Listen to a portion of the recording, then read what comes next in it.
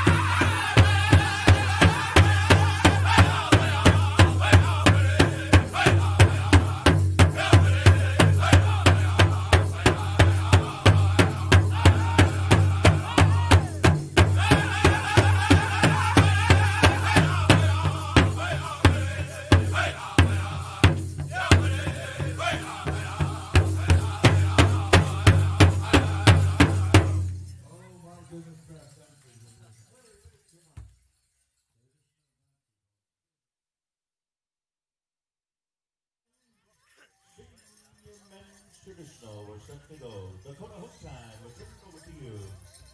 Tell your story, gentlemen. This is your time. Set up final go around. Good luck.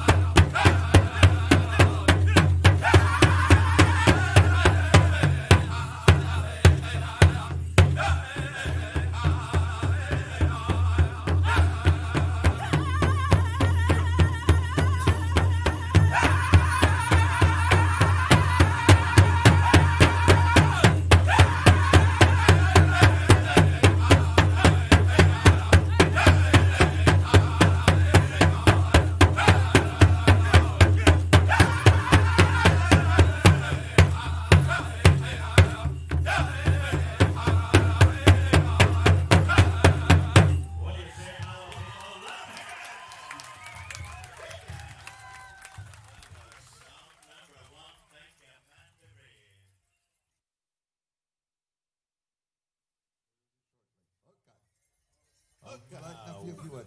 One more intertribal coming your way, dancers. Whitetail boys, we turn it over to you. Let's get them dancing. Good afternoon, good afternoon. Here we go, here we go.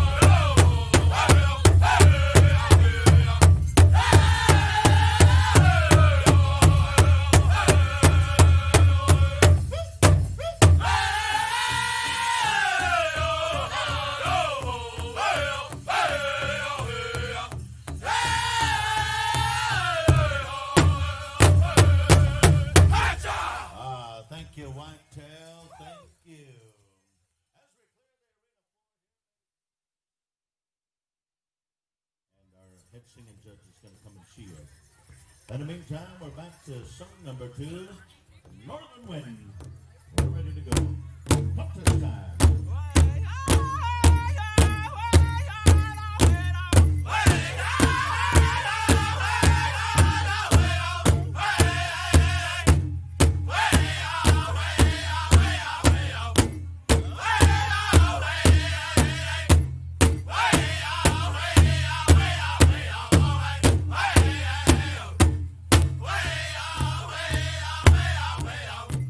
Way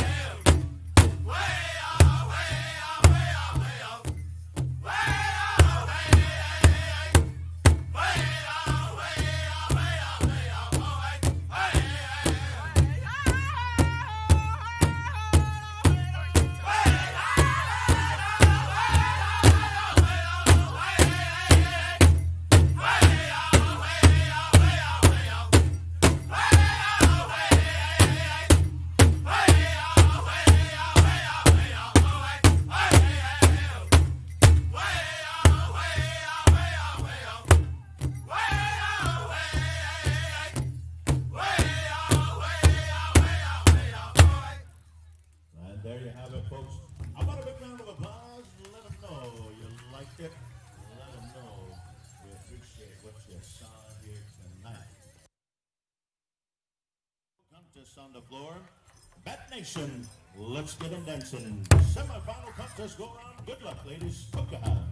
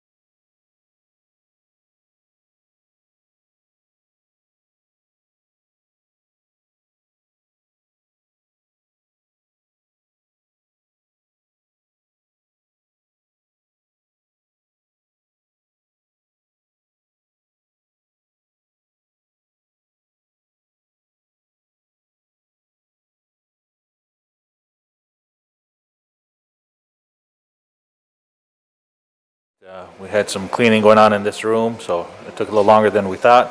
So if we can, we'll call the meeting to order.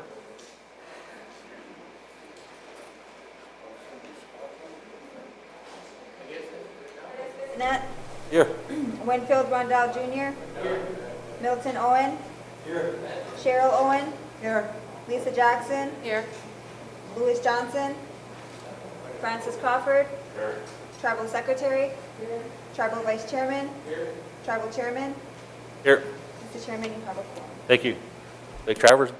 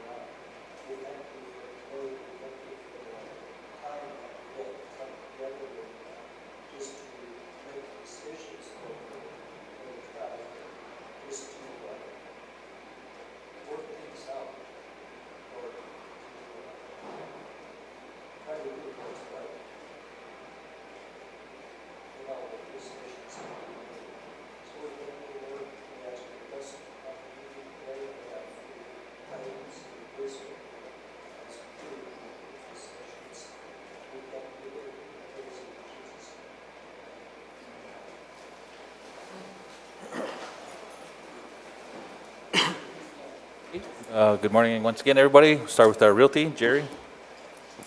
Hi, good morning, Tribal Council. I handed out a packet. I only have a few action items, but I am requesting a roundtable to discuss the pending issues that we have going on in Realty.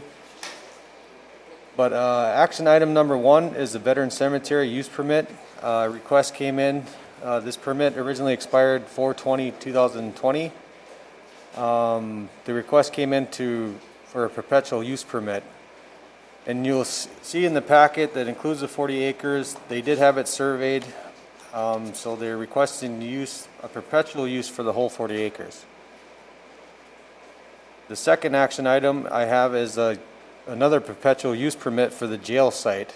This one's going to go in planning's name for now. Once we get down the road, and if it's going to be law enforcement or whatever program is going to be running that jail, we'll modify the use permit and put their name on it. But they're also requesting a perpetual use permit. Those are the only 2 action items I have. Like I said, I do have a roundtable request in front of you, and there's a lot more to talk about, but we can't get through it all today. Jerry, on your use permit on the front page, Yep. it refers to allotment T5054. Yep. And on the map, it looks like you've got highlighted T5024.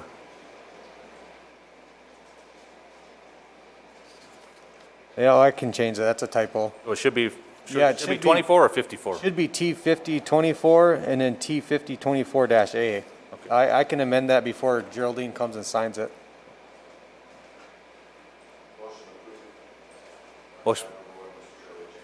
Motion by Lake Travers. Second by Madam Secretary. Question by Bikuli. Francis Crawford. Yes. Curtis Bissonette. Yes. Winfield Rondell Jr. Yes. Milton Owen. Yes. Cheryl Owen. Yes. Lisa Jackson. Louis Johnson. Yes. Tribal Vice Chairman. Yes. Tribal Secretary.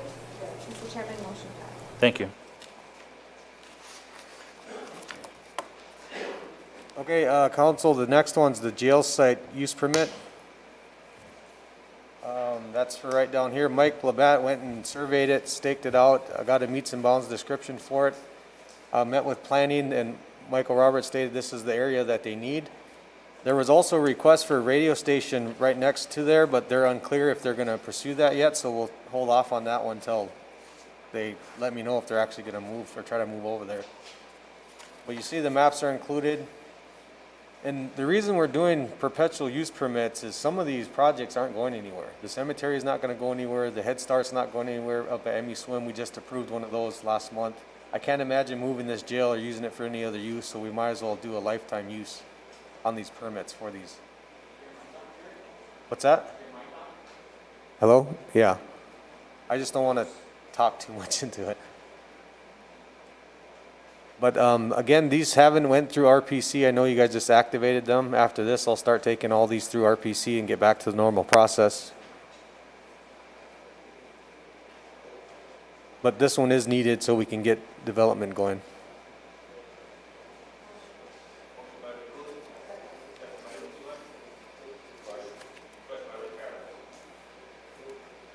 Jackson, Yes. Louis Johnson, Francis Crawford, Curtis Bissonette, Winfield Rondell Jr., Milton Owen, Cheryl Owen, Tribal Vice Chairman, Tribal Secretary. Mr. Chairman, motion passed. Thank you. And that's all I have, Council. If you guys can just let Verlin know when we can have a roundtable, I'll bring a packet with all the roundtable discussions, items, and I'll bring them to you by end of the day. Okay. Jerry, can you coordinate with that with Christine? Sure, sure. Set that up. Lake Travers?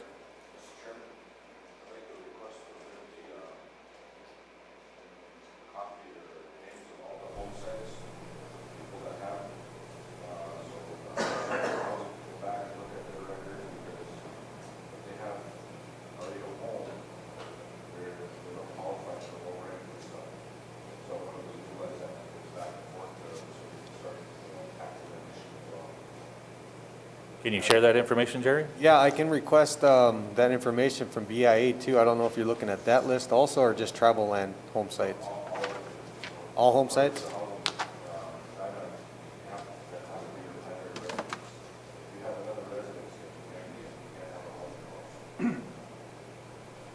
Okay, give me a little bit of time. That might take a week or two to get all that information, but we'll get it. Yep. Motion by Lake Travers? Second. A second by Long Hollow. Question by Enemy Swim. Francis Crawford. Curtis Bissonette. Winfield Rondell Jr. Milton Owen. Cheryl Owen. Lisa Jackson. Yes. Louis Johnson. Tribal Vice Chairman. Tribal Secretary. Mr. Chairman, motion passed. Thank you. Thank you, Council. Thank you, Jerry. Planning.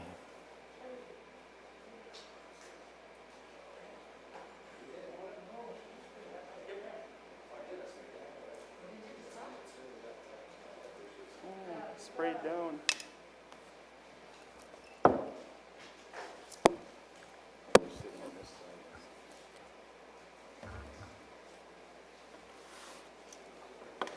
It's kind of wet there.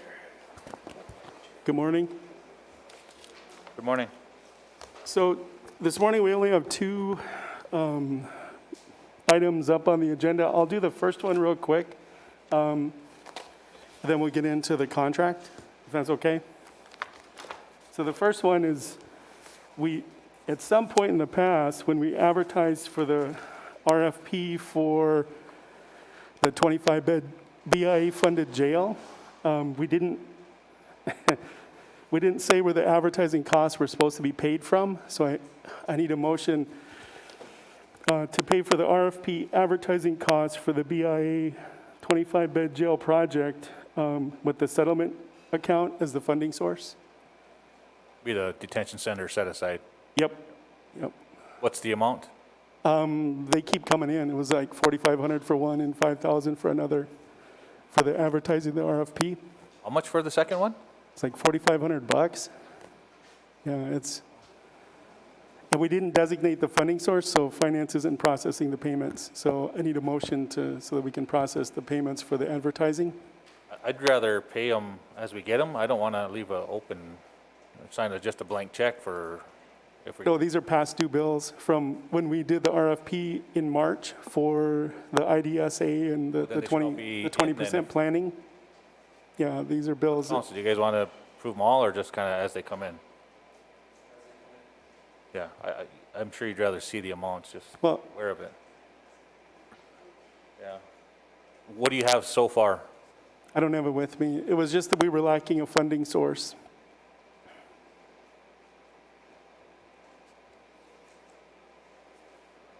Do you have it, Barbara? Can you give us a breakdown, Michael, of where Yeah. you guys advertised? Oh, yeah, yep. This one's for the Watertown Public Opinion. This one, Bill, Barbara's gonna go get it, so we can move on, and she'll come back with it, okay? So today we have the updated, Dean Marski and Bruce Jones are here to talk about the updated versions of, first of all, the contract with Consolidated Construction for the emergency COVID-19 quarantine and isolation facility. And then the second would be the updated drawings and price on the food pantry. And finally, the proposal of the daycare to fill the 2 million we had left in reserve for the 24.6 CRF funding. And we have drawings and in a budget for all of that. So folks, who has their iPad today? Everybody? To make sure everyone has the documents we airdropped? Okay. Okay, so I'll let Dean take over on the images. Daniel? This is my nephew, Daniel. He's our intern, but he's also the most computer savvy, which I'm sure the chairman can understand, so. All right, so let's do the daycare first. Daycare. Yep. Okay, so for the daycare, whoever has their iPads with them, I don't know if we have a hookup for an iPad. We have them for the Surface Pros. I don't know if we have one for an iPad. I don't know how to. Like from an HDMI to the iPad, I don't think we've got that adapter. Do they have Aircast? I doubt it. Oh, they're probably too old. well, Can you turn yours around? I can turn mine around. Here's what we have. here's what, This is, It's hard to see. I Yeah. guess. Here's this is the current plan for the, for the daycare. We met with those people. I think you can hold that one. Right. This is the current plan of the daycare that we're going to meet with them today, or drop it off for the evaluate. We came with a plan, a preliminary, and then came back with another changes that they made in 2 separate occasions. So this is kind of a accumulation of those meetings, and also meeting on the site, which is across from the, to the east of Dakota West. so we went out there and we were having soil borings. Will be either Friday or Monday, will be done out there. We believe that people talked about there's concrete buried out there. We believe that we're would be to the north of that, but we're going to do some testing to make sure. We got plenty of room for drive up and drop off, and we're just working with this plan. We did the perspective in the walkthrough so you can kind of see the layouts. A lot of color, and it's just paint. The good thing about it, I mean, it's very colorful, and so That's the site. that's the, Kind of difficult to see from a distance, but you'll be able to see it closer up. Okay. And then we have the video as well. Of the potential walkthrough of the daycare center.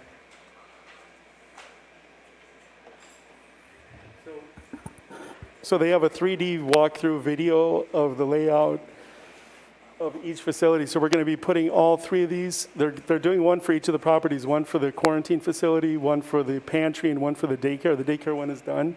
So we can play it on the TVs out here for folks who want to come and watch it during the process. So obviously the food pantry would be less exciting than the daycare, so. Dean, can you hang on a second? Terry?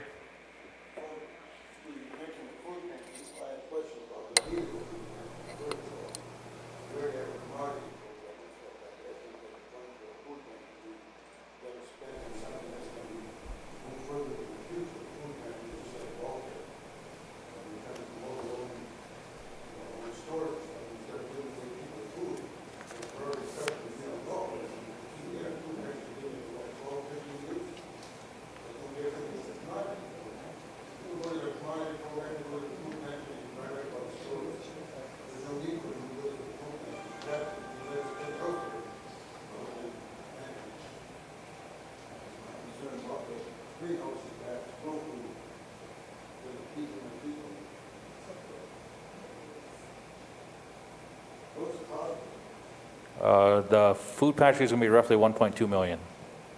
You're already shelling out $170,000 for food bank. That's coming out of the tribal funds, we never did that in country more because they all came on game funds. I think something like that should be asked, if they were for the discussion of the Terry, the 170, where'd you get that number from? Oh, okay, for the total operation? 166 or something like that, 170, that's every year. And that's basically like welfare, you're just choosing the people, you know, and I think better, money is better spent if they're looking for some kind of working people, some kind of permanent job. You know, with these funds, Terry, they have to be spent specifically for either like mitigating or responding to COVID-19. We can't just, use it for whatever we want, so having a food pantry fills that need, because we need a new one, we do, but we're using it to get food out to people in response to COVID-19, so it does fill that need and those criteria. I'm sorry? Greenhouse is still that need. Michael, you got it? Michael? Would greenhouses fill that need? We haven't done any research on greenhouses, so not in response to COVID. So growing your own food is something that we can't really defend against the Department of Treasury's guidance for in response to COVID that was unbudgeted. So there are certain activities that the money comes with rules from the Department of Treasury. Getting to the point where we start a farm or even greenhouses is hard to defend. We'd have to basically just end up paying that money back. Terry? We did talk about it.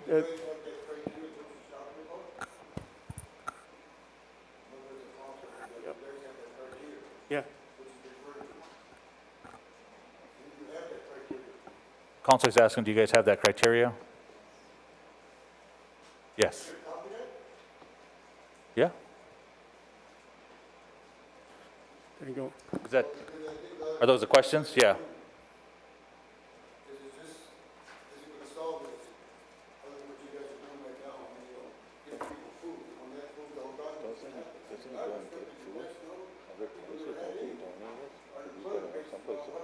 Yeah, we have food donated. Yeah, that's where it goes to the truck.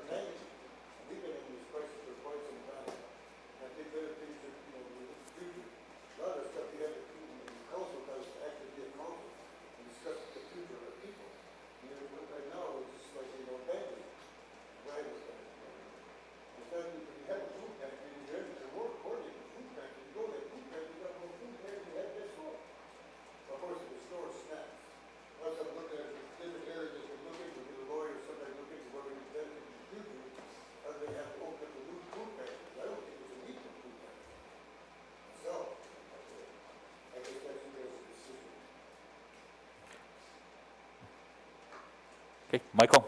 Okay. Okay, so the next project is the food pantry itself, so you have the updated version.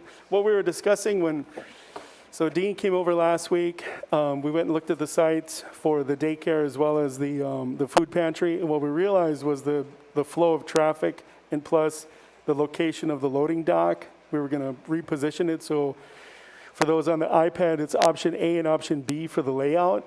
Option A, I think, makes more sense because the drive up is in front and then the loading is in the back. And it's better for water flow from any kind of rainfall to come to the sheeting off of the ramp. So we kind of rethought the layout. But the facility is just basically just turned and then flipped. So it's all the same facility, just in a different direction.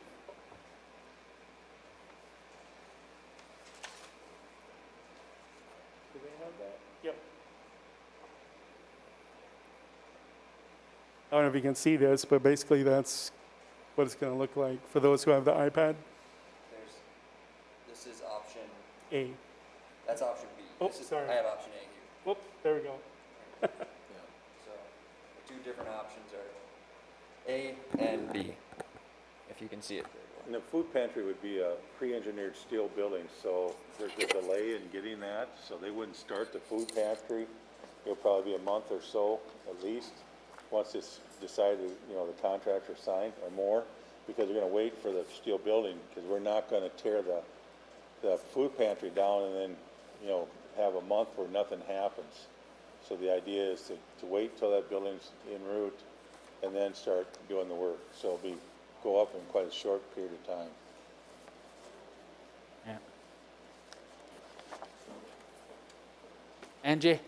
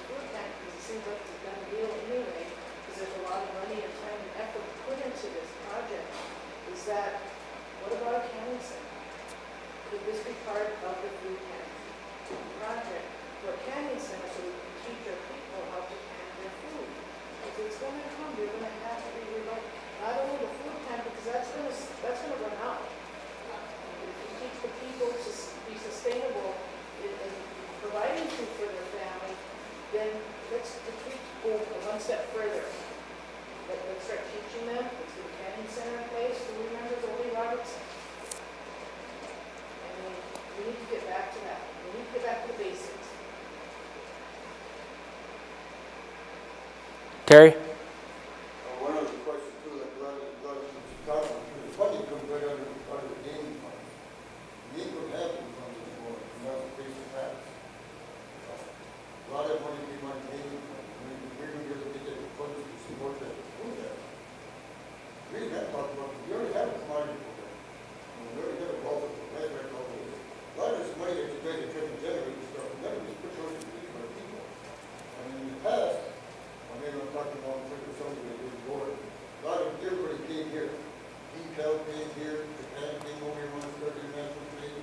Everybody came here, we made our own laws. Now we gave all that up. We gave up jurisdiction, we gave up our own authority and things. Now we have to go after it. And the only source of money you guys had was gaming funds. That's been kept in this little circle. None of it was invested in the actual future of what's being done. I think you need to take a better look at how you guys decided how this, you know, food pantry, you're gonna put a food pantry based on, well, this is a food pantry, and they're gonna put a greenhouse in it. We got aquaponics, hydroponics, all this stuff, you know, this is 20 years from back in the day, but still, this is 30 years later, nothing's happened. You still look to see how the people do welfare. There's better ways to spend that money. You put our people to work, they would be able to grow, build and buy their own food. We don't, I don't plug away this outrageous, you know. None of that has to be addressed. You read in the paper, you guys wanted to get what the house, $3,000 or $2,000 for architect, that's true. We don't need that. We already own prints and specs. And you're gonna build the same type of bare house that we're building anyway. You know, the way you spend the money, that's what you guys need to discuss. Is it gonna be the future of people, or is it just gonna be a bad day?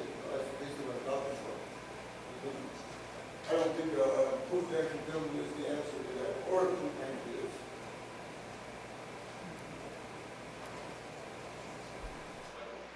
Well,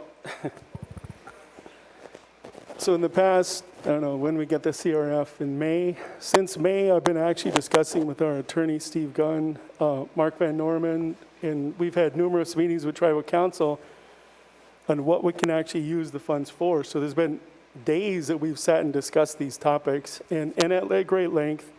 And I have done research on indoor aquaponic farming, as well as attaching them to high tunnel farms to be able to farm year round, right?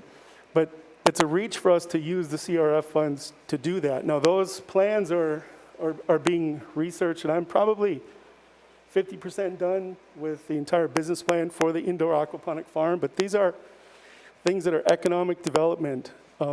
So meaning that we're going to invest money for a return. We're going to create jobs that are full-time and long-term, but create a return where we sell a product or a service to make money at it. The food pantry, the daycare, these are not economic development, return on investment kind of things. These are funding buildings that we don't have a lot of funding for outside of the CARES Act. And it does fit with the guidelines that are dropped down from the Department of Treasury for the needs of the community, because when it was allocated to us, the $8 billion set aside was for central government and in response to COVID, that was unbudgeted and spent before December 30th. So it's pretty slim on the guidelines, but so the best we could come up with was the infrastructure that we need. So when we started doing food distribution, it became apparent that we don't have the storage capacity in our community for frozen foods as well as refrigerated foods. So we've been renting trailers. This is not a long-term solution, right? So next time, come January, if this second wave hits like everybody says, we will have a staging area for donated food plus the food that we're buying with the CRF itself, instead of having to have it all here in the rotunda. This building wasn't built for a food distribution point. It's worked well, but we'll have a facility that's specifically geared towards getting us ready for that. So in the new building, we'll be able to stack pallets of food 3 stories high, or 3 pallets high. Here, it's all spread out and taking up most of our rotunda, so it'll be specifically for that purpose. In addition to being a food pantry, we do get food that's donated as well. We have this Farm to Families program, and there's no storage for the produce that we've been handing out every week, and that goes through the end of August. So if anyone wants free produce, you just go there and get as many boxes as your family needs. Again, we were unprepared for that, and we don't have the storage, so we've been paying for another trailer. Terry? Yep, Terry? The pandemic? Well, we don't know how long the pandemic is going to go. The CRF funds, yes, December 30th.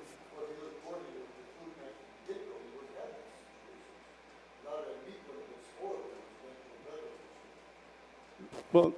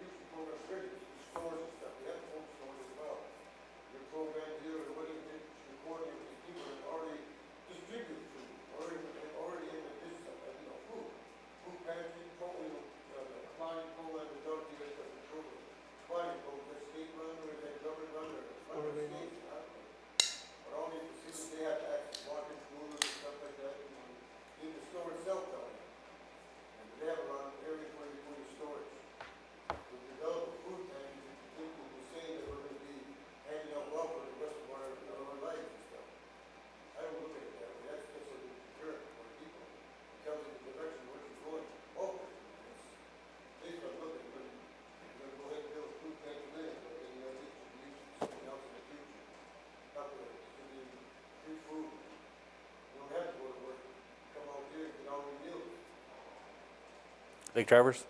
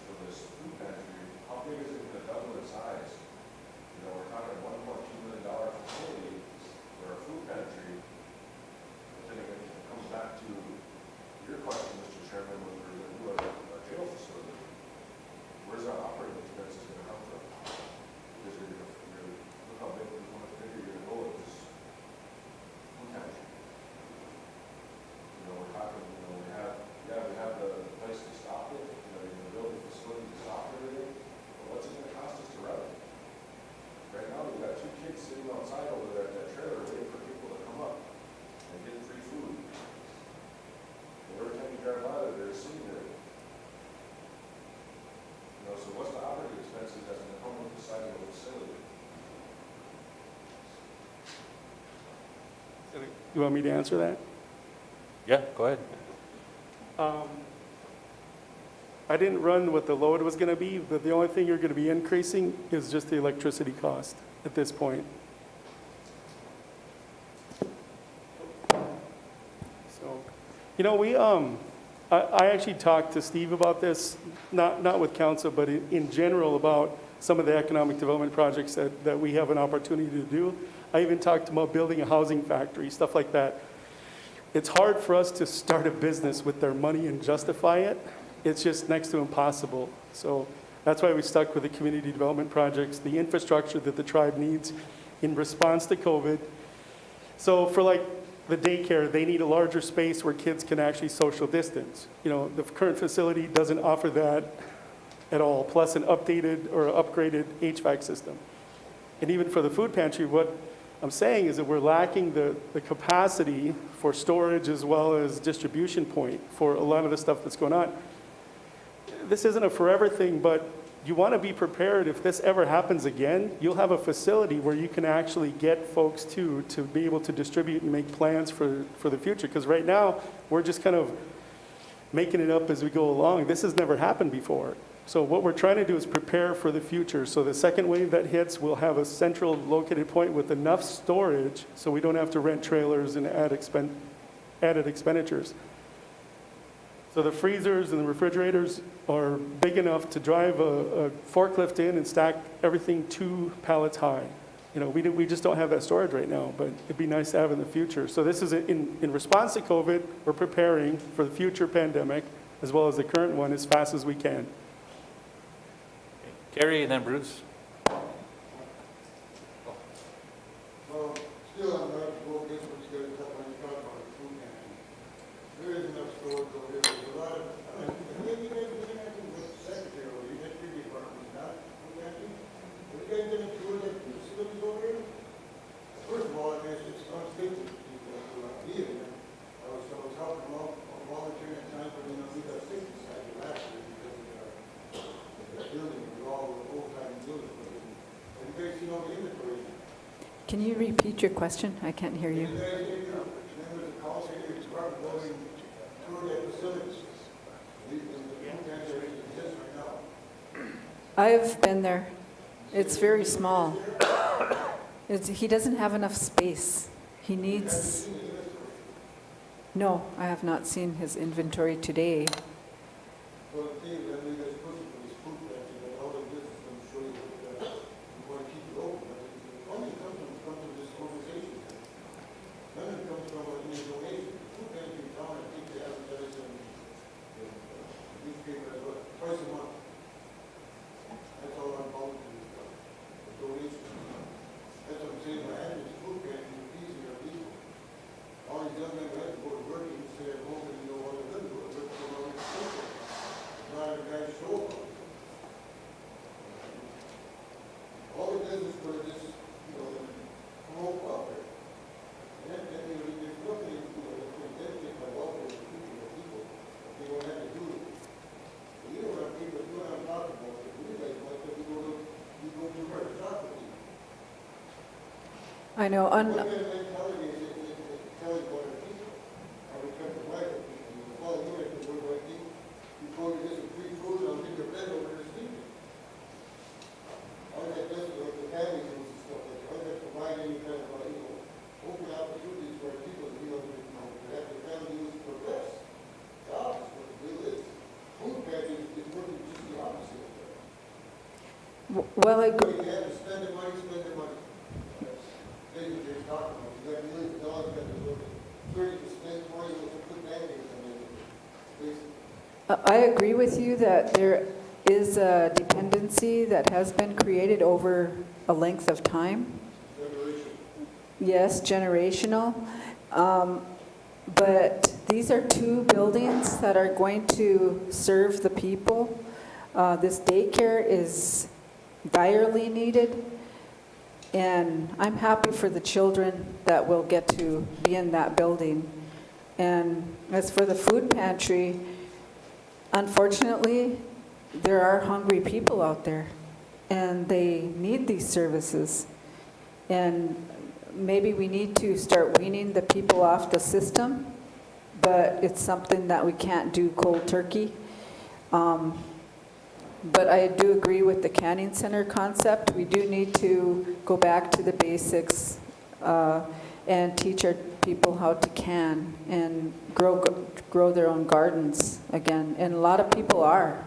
And Charlene probably knows this better than I because they till everybody's garden spots. So there's probably over 100 tribal members that are gardening right now, right, Charlene? So I think we're moving in that direction. But, you know, these buildings are going to serve the purpose that they're designed for. Thank you. Yeah, Bruce had a comment, and then Lake Travers, and then back to Terry. Okay, early on in this process, Dean Marski and I talked about, you know, the immediate use of these facilities, and if this pandemic passes in a year or 2 years or 3 years, how are these buildings being designed so future uses actually benefit the multiple uses within the community?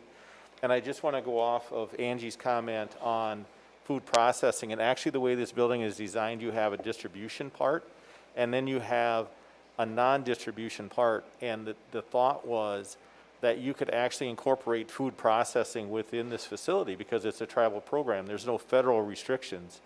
And you have over 1,000 square feet of either freezer or refrigerator space for storage. So as part of your processing, canning or freezing, it could be incorporated into that process.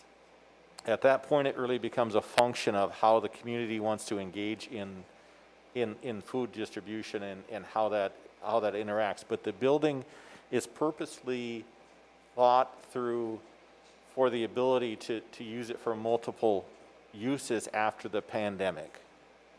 And that was really the comment I wanted to make. Thank you. Lake Travers?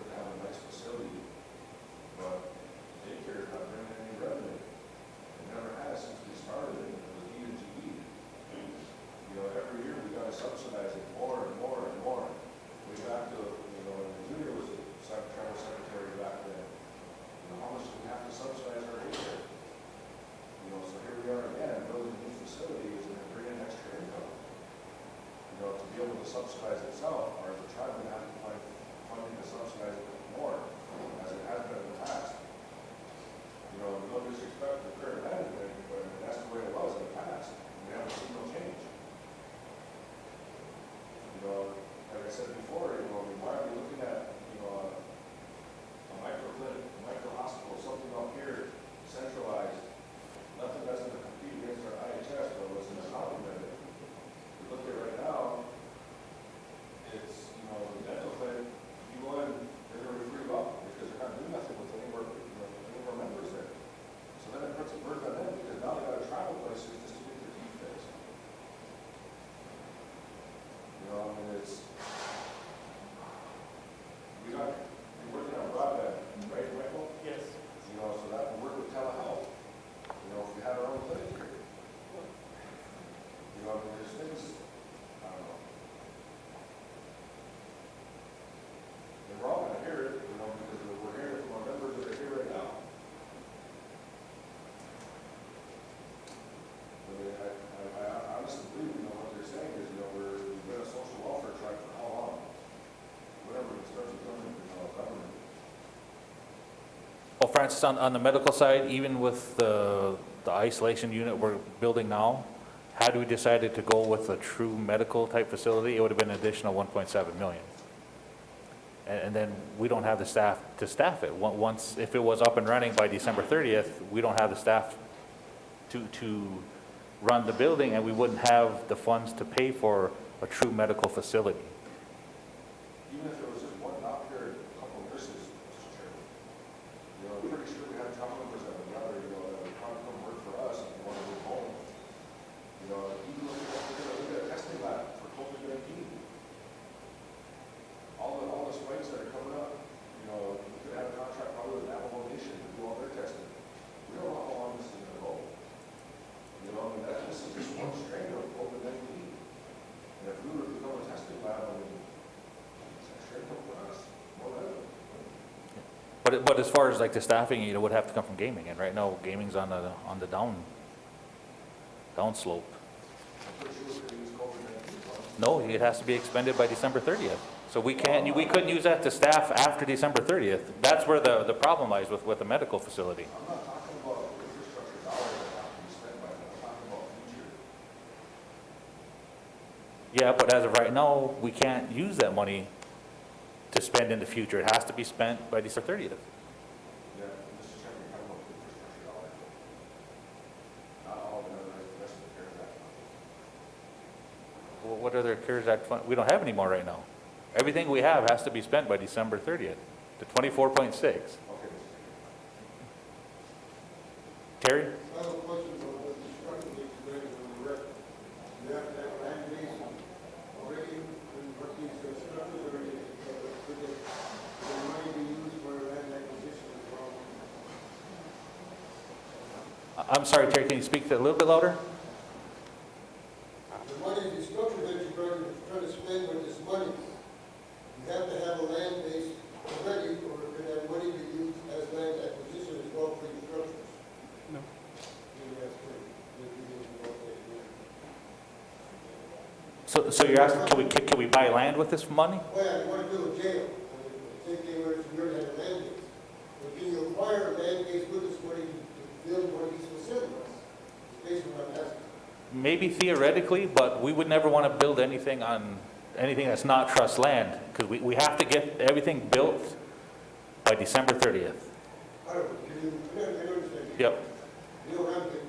Yeah, to build land, no, we can't just buy land because it has to address a need either related to COVID-19, it's mitigating or responding to it. So you can't buy land and put a structure on it. You gotta have the land already.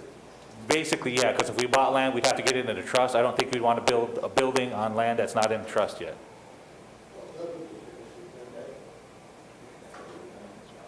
Dean? Some of the stuff that, and Francis brought up, that, you know, we are building the new buildings, but some, and, is it Andy? Andy back here? There is issues with the existing food pantry, you know, as far as air circulation, those type of things. We're almost doubling the size, but we are not going to be doubling the cost, operation and maintenance. There is going to be some more because we're just going to have more square footage. We're putting 2 big freezers, a freezer and refrigerator in there.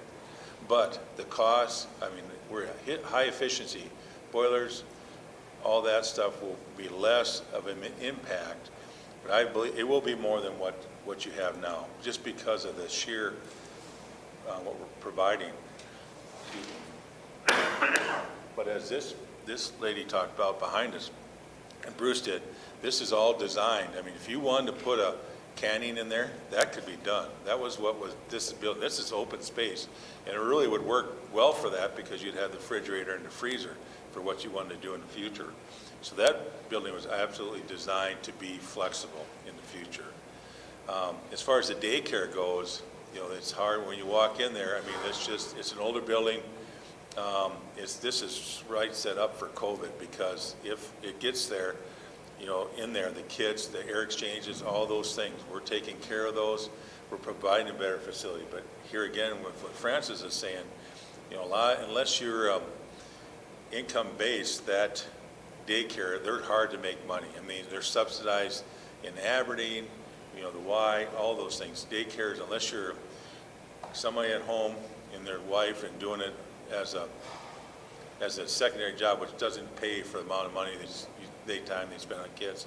Those are one of those things that nationwide are a lot of times subsidized one way or the other. I mean, it's just the daycares are. That's just, we're just trying to provide a better environment, be able to separate the kids with more square footage, And then as hopefully get through this pandemic, there can be additional kids added there without having to do more construction, so it allows you to grow.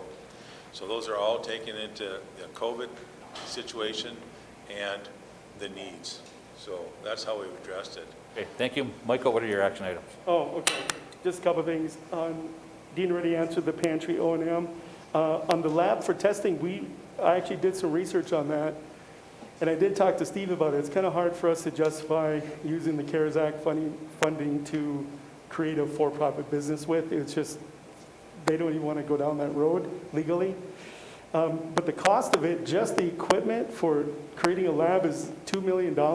So without a facility, it's just the equipment alone is $2 million, plus you have to hire a scientist. So that's another $200,000 a year. So it just didn't seem feasible at this time to even consider for CARES Act. That's why I never proposed it. And then the daycare, we're actually going to be working with Devon and her group here shortly after we get everything finished with the construction started on running pro formas so that we could actually better budget for the number of students and their budgeting aspect.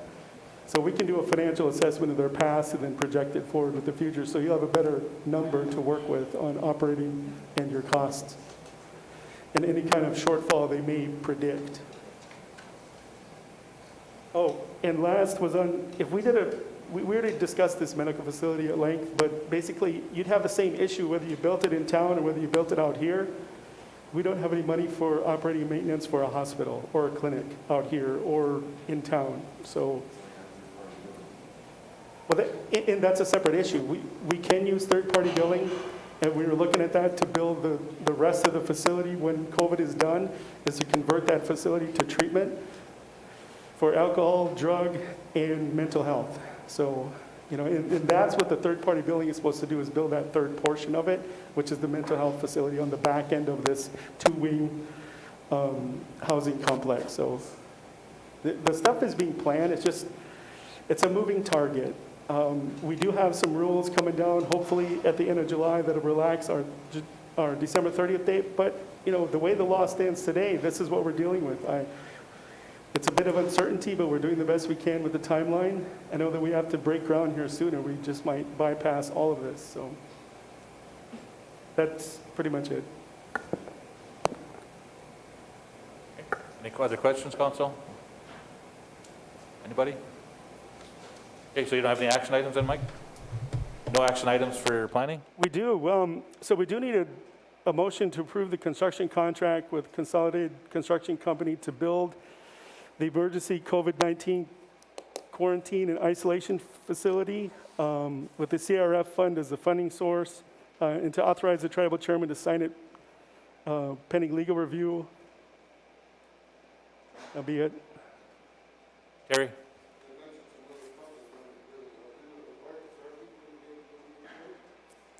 Yes. I'm sorry, I couldn't hear. What was the question, Michael? I think he was.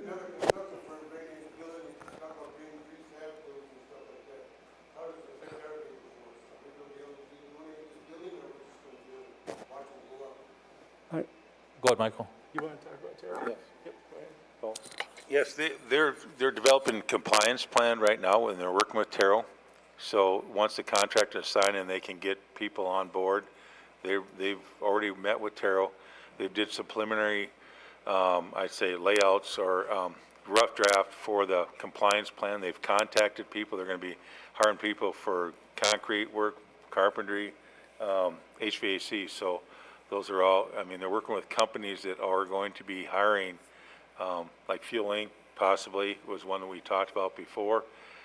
Not being able to do the whole project, but they can do a portion of it, and those companies doing that. So, and this company has worked with Standing Rock is the other company a project we were on with the school, and they did very well with the Terrell there. So that's why we brought them in, because of their past history with Terrell working and being quite successful. So that's what we're looking for. So Terry, yes, Terrell's been involved in this from the get-go. They're fully aware of the project. That's why we had them advertise a few weeks back to let the contractors know these projects are coming up and just to have everything in order on their end. So they will be involved. Okay, Council, we had a conference call this morning in reference to Mike's request here for the contract. They finally got ironed out all the details for well, it was originally referred to as a medical COVID testing facility. The issue with that is it's going to cost us an extra 1.763 million to build it to the standards of a full medical facility. We've got the air handling will have to be different, the air ionization, the generators, and all that adds up to extra funds. So the final version of the contract was to call it, I believe it was going to be the COVID-19 isolation and quarantine facility, something to that effect. Housing facility. Yep. Okay, so that's where we're at, and that's where we're still going to be, well, originally 7.1, and we should fall into that if we can proceed with the full structure. Otherwise, we're still at the 4.4, right?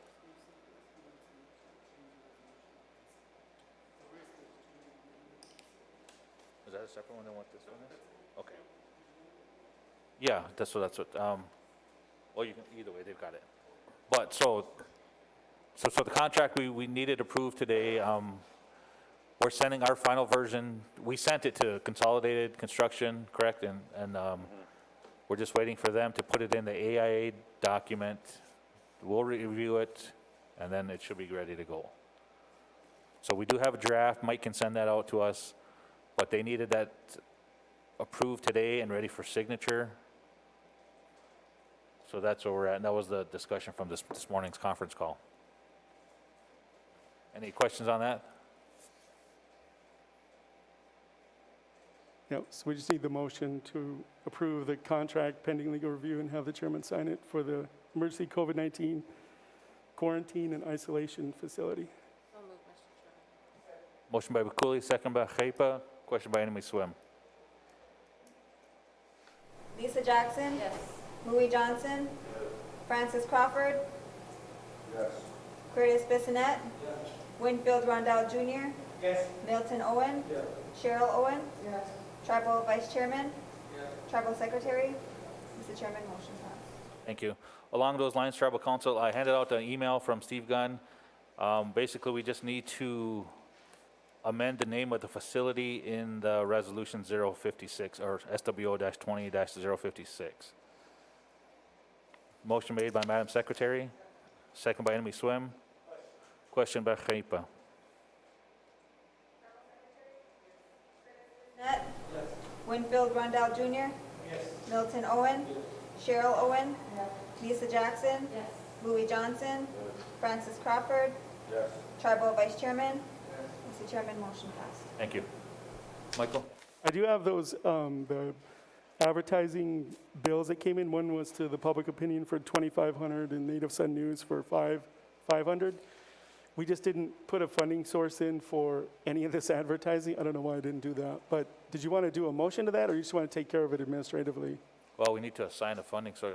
Council, how do you want to do it? Oh, we'll get to that one.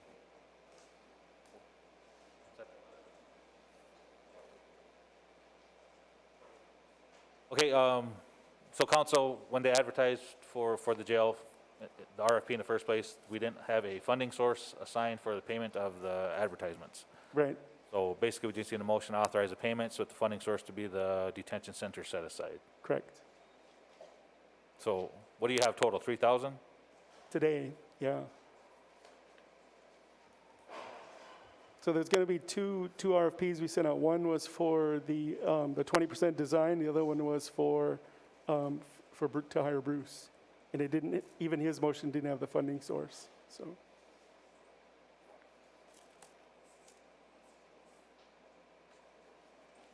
Okay, tribal council, how do you want to do this? You want to just pay the bills we have on hand, and then he can bring back the rest of them? Okay. Need a motion to authorize, pay the $3,000 in advertising costs for the RFP with the funding source to be detention center set aside. Yep, that would work. Motion by Bakuli, second by Enemy Swim. Question by Chaipa. Lisa Jackson? Yes. Louis Johnson? Yes. Francis Crawford? Yes. Curtis Bissonette? Winfield Rondell Jr.? Yes. Milton Owen? Yes. Cheryl Owen? Yes. Tribal Vice Chairman? Tribal Secretary? Mr. Chairman, motion passed. Thank you. And the last part is, I had Steve Gunn put together an update on the PPP, but it's attorney-client privilege memorandum. I'm just going to hand it out. No action needed, just for your information on where we're at with the PPP, okay? And council, I don't know if you remember, I asked Steve Gunn and Mark if we were eligible to apply for more PPP fundings, but they said no as of now. They just made the funds available for other businesses who have not applied for that yet. They haven't authorized like businesses or companies who have already received it to get more. So it's kind of have to wait and see on that. Thank you. Yep, that's it. Yep. Okay, Lake Travers?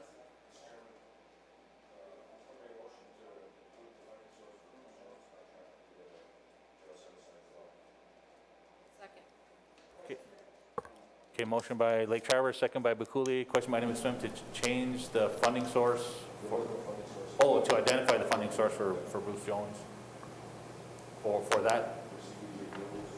Okay, to be the detention center set aside.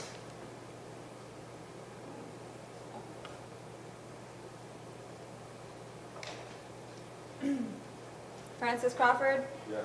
Curtis Bissonette. Yes. Winfield Rondell Jr. Yes. Milton Owen. Yes. Cheryl Owen. Yes. Lisa Jackson. Yes. Louis Johnson. Tribal Vice Chairman. Yes. Tribal Secretary. Mr. Chairman, motion passed. Thank you. Okay, That's it. okay, that's it for planning. Thank you. Is there a motion to approve planning? Motion by Gepa, second by Old Agency. Question by Swim. Milton Owen. Cheryl Owen. Lisa Jackson. Yes. Louis Johnson. Francis Crawford. Curtis Bissonette. Winfield Rondell, sorry. Tribal Vice Chairman. Tribal Secretary. Mr. Chairman, motion passed. Thank you. Okay, I'll get to those other one, that other resolution after a bit. Who's next here? Fish and Wildlife?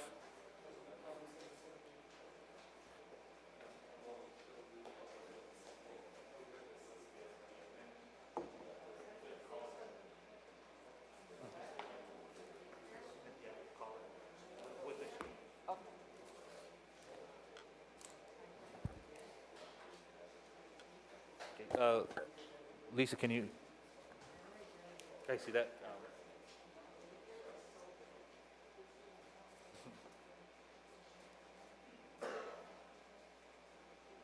Okay, one quick one, Charlene. Council, yesterday I brought up that letter of intent, but we were holding out, waiting to see what we were actually going to call the building. So if we can get this approved, the letter of intent for the construction for the COVID-19 isolation and quarantine facility. So we'll approve the letter of intent with that change. So moved, Mr. Chair. Motion by Bakuli, second by Gepa. Which one? Question by Swim. That letter of intent from yesterday. We're just changing the title of the project.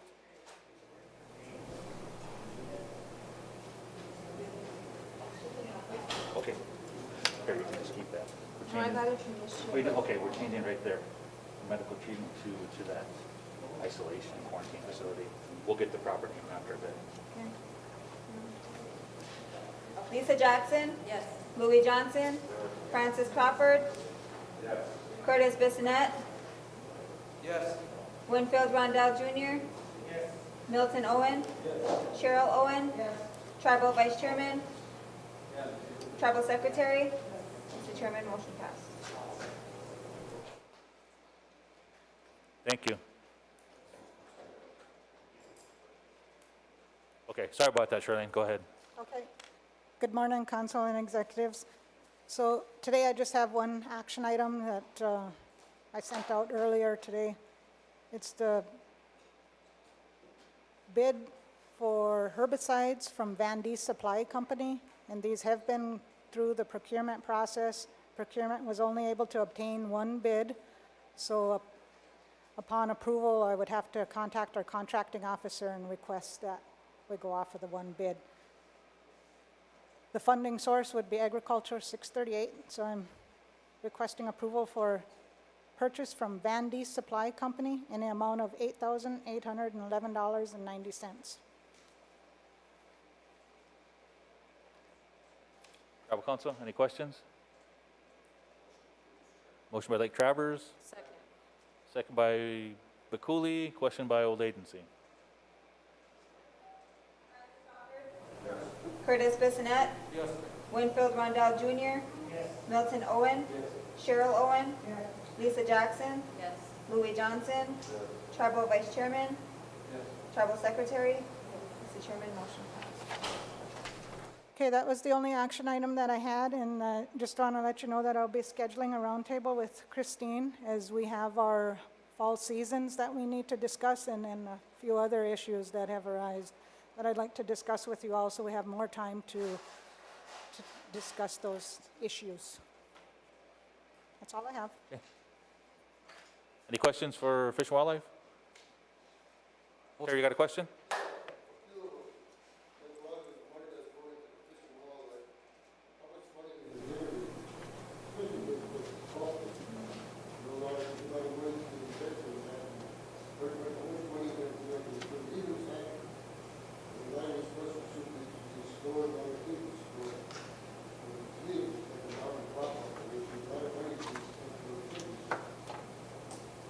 Okay, so we do provide that during our monthly commission meetings, and I have to apologize that I can't provide you with the Buffalo one, because that one is under Tribal Realty Management, but the Fish and Wildlife is under me, and those are provided at the monthly meetings to the commissioners, but we have not had a meeting since, I'd say, February. But I could still provide that if you'd wish.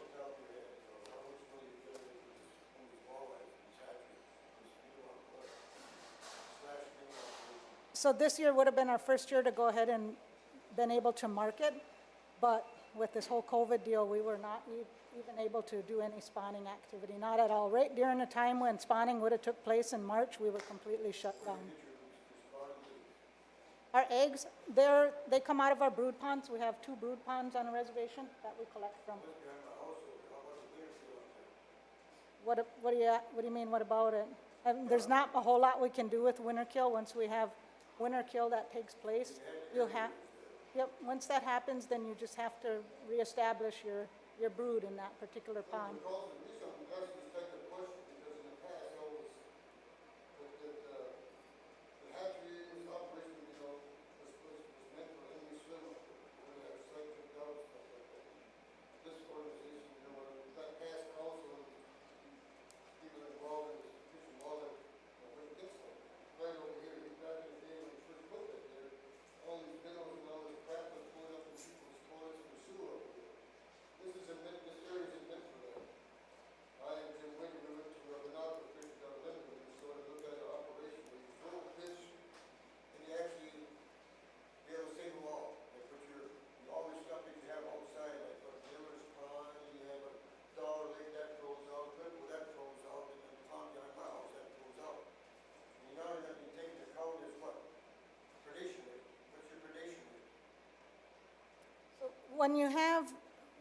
When you have these ponds, predation sometimes does take place, and you do want winter kill. So sometimes that's beneficial to us on our rearing ponds.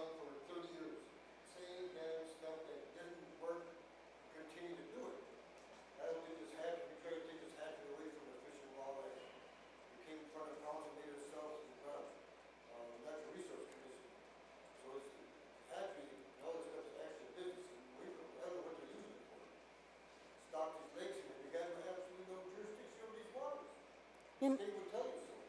So why do we try to invest into the lakes? You put it by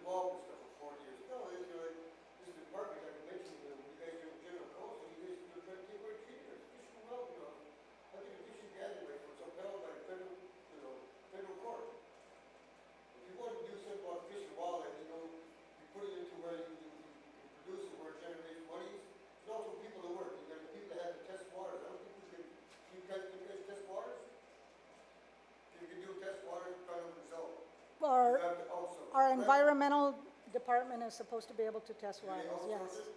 That I don't know. I don't think they do. A lot of stuff is being outsourced now, you know.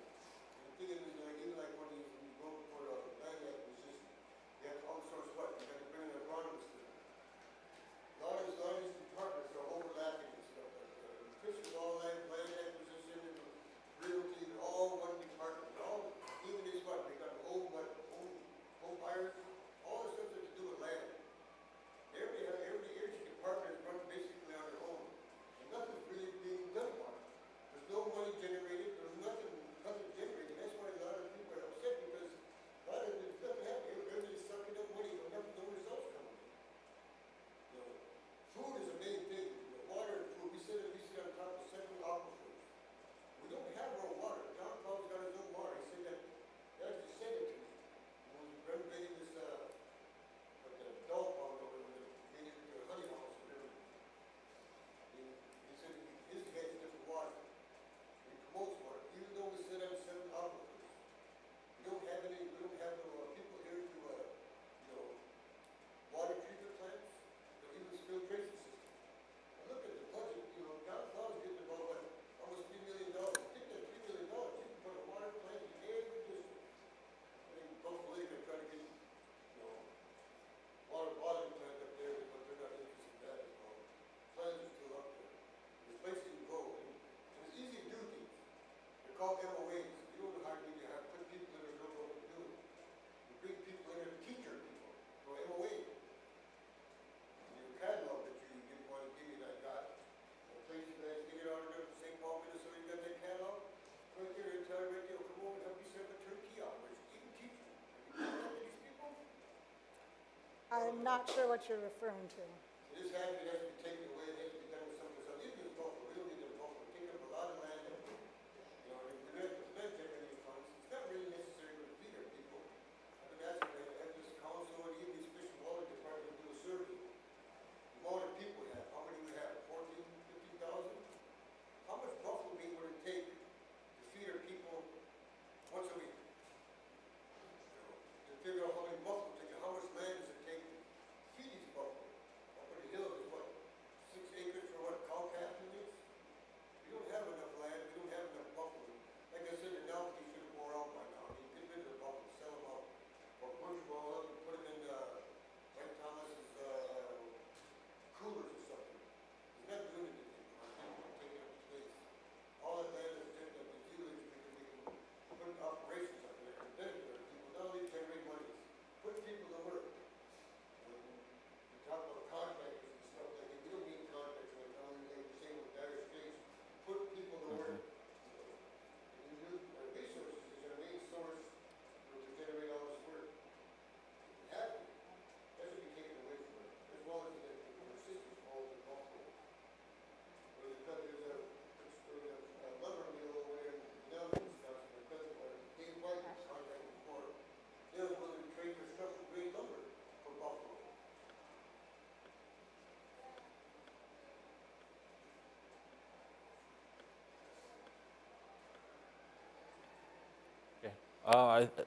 Terry, we'll probably set up a meeting with RPC planning, just kind of roundtable and talk about like the aquaponics and what they have in store, what they've researched. Because it's been a while since council and RPC have met, and then we can all kind of get on the same page and get those ideas and information out to the districts. Can you invited? Can I be invited? Sure. I've been with you alone and that for years. Yep, so.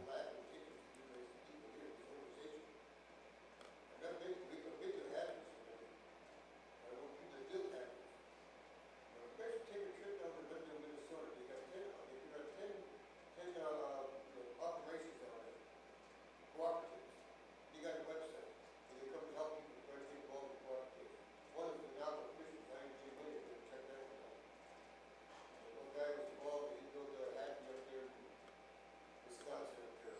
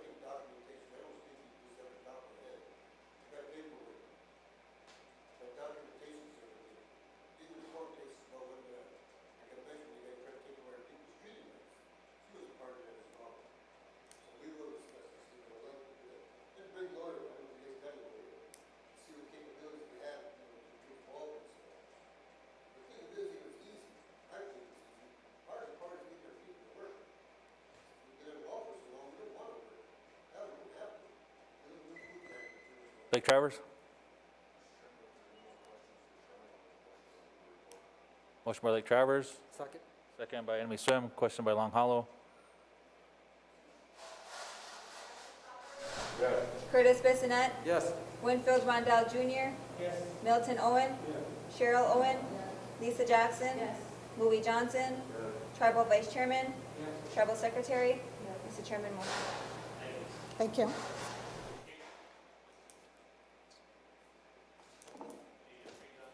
Yeah.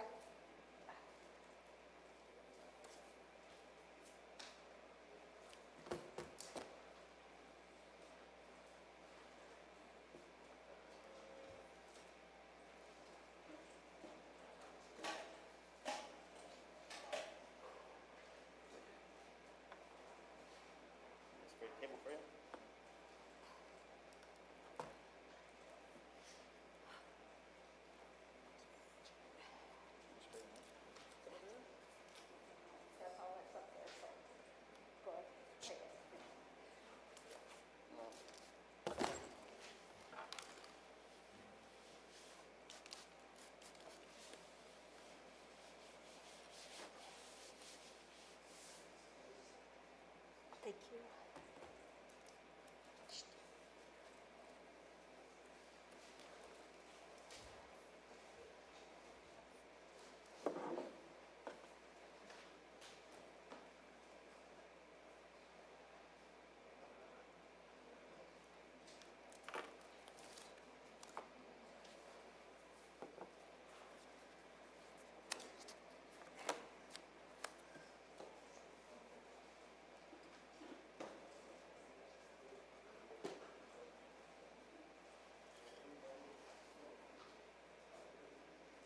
Whenever you're ready, Dr. Johnson. They're on. They're up. It's plugged in. Unless that plug got unplugged.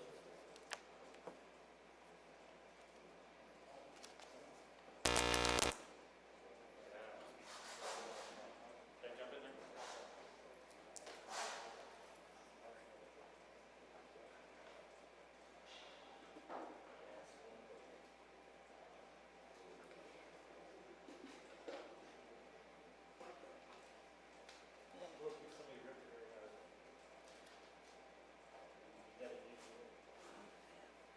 I can't even use that now.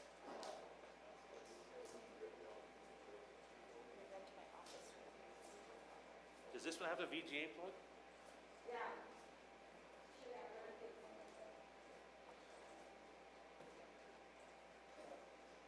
Jeez, look at that.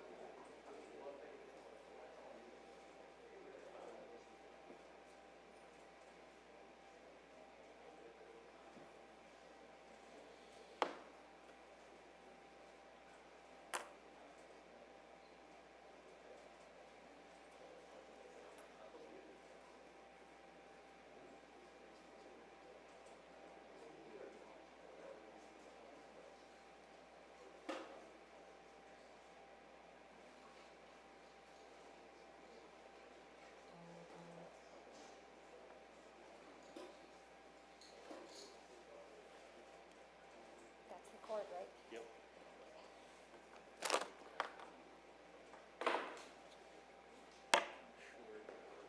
I know. It'll get me on for today.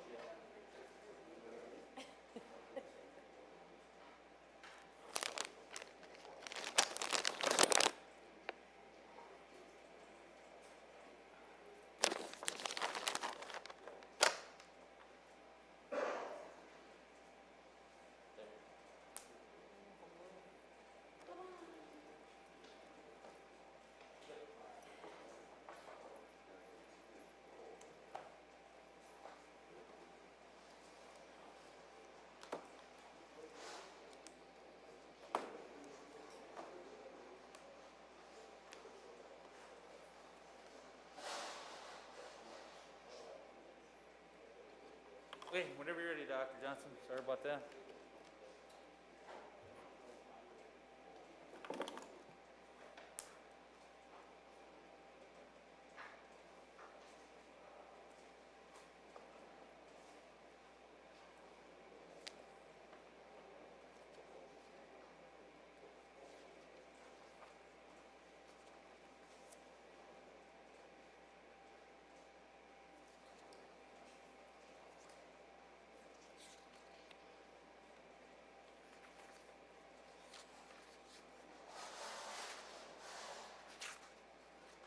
I don't know.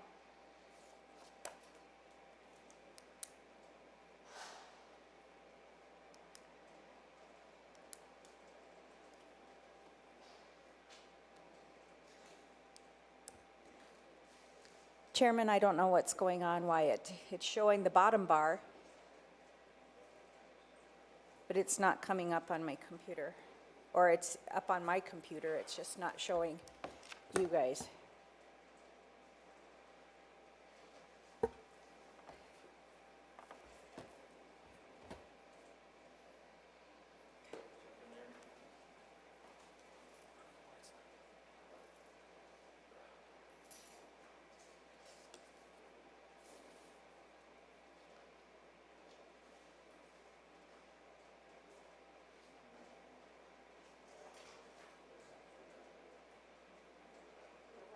Scheduled right after. Do they just want to take it now?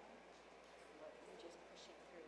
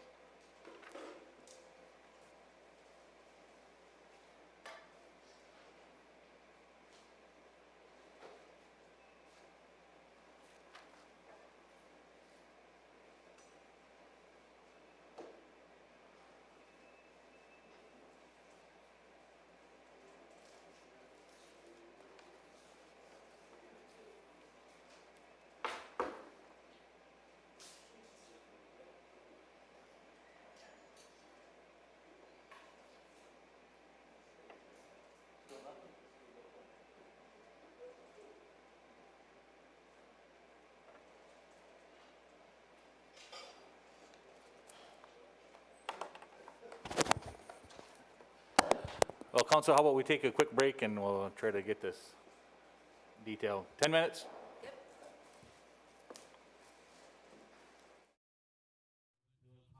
Arena that we are calling home for these next 3 days. We are on the second day, so at this time, ladies and gentlemen, we go to our grand entry song. Ladies and gentlemen, for those of you that are able, 850 dancers will be coming into our arena. We welcome you. Welcome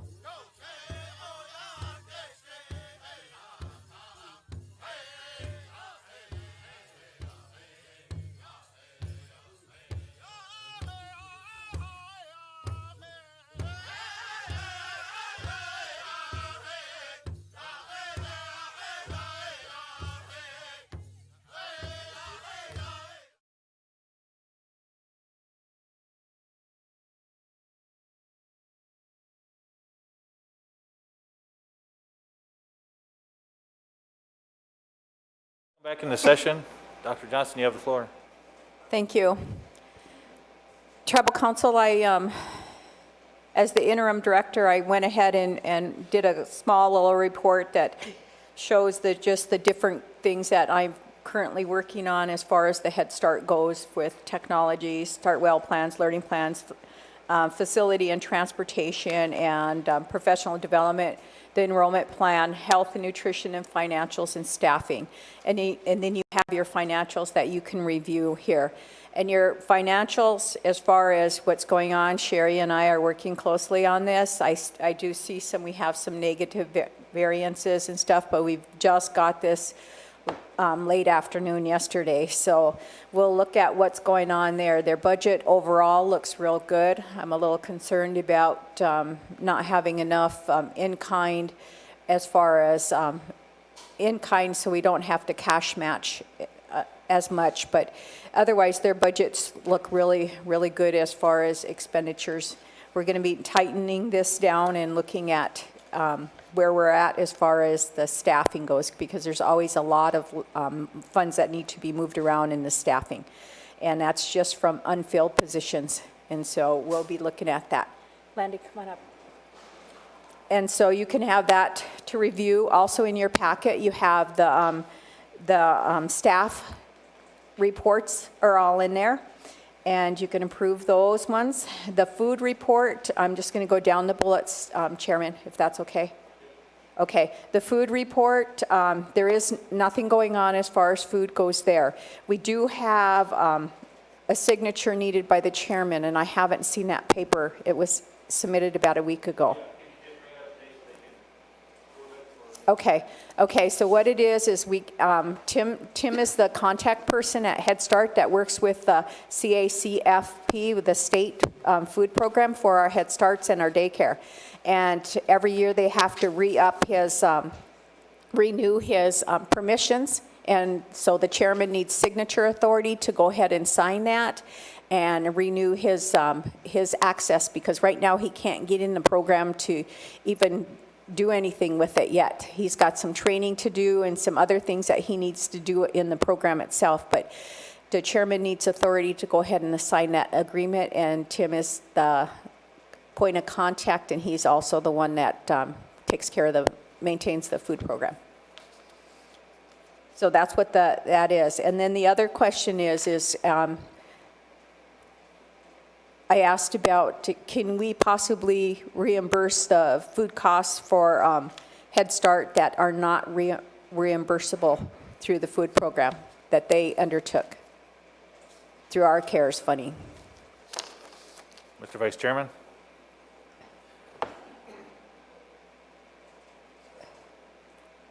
Can the tribe reimburse the Head Start for their food program that was utilized for CARES during the CARES period? That are not reimbursable from the state. Do you have a rough estimate?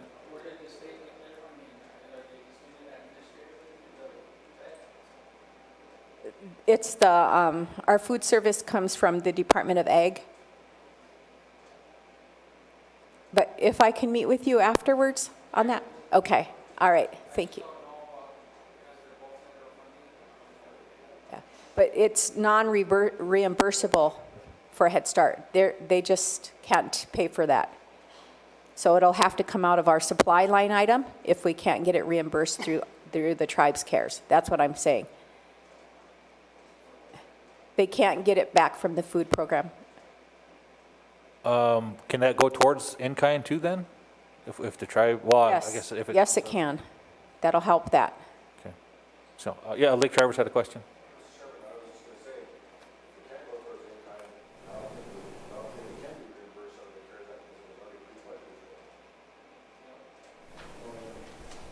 It's a reimbursable program. It's, yeah.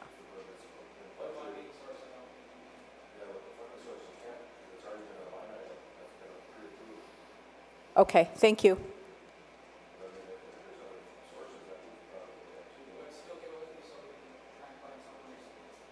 Yeah. It's like 5,400, I do believe. That's a rough, it's not much, but makes a difference. We can work on that later.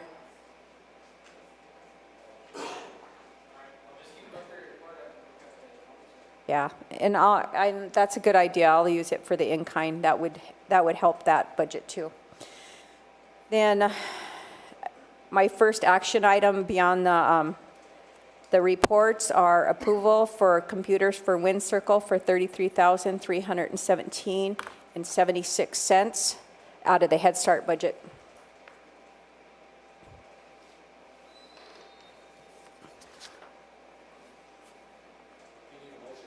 I do. Great, motion by Long Hollow, second by Old Agency. Question by Bacouli. Curtis Bissonette, Yes. Winfield Rondell Jr. Yes. Milton Owen. Cheryl Owen. Lisa Jackson.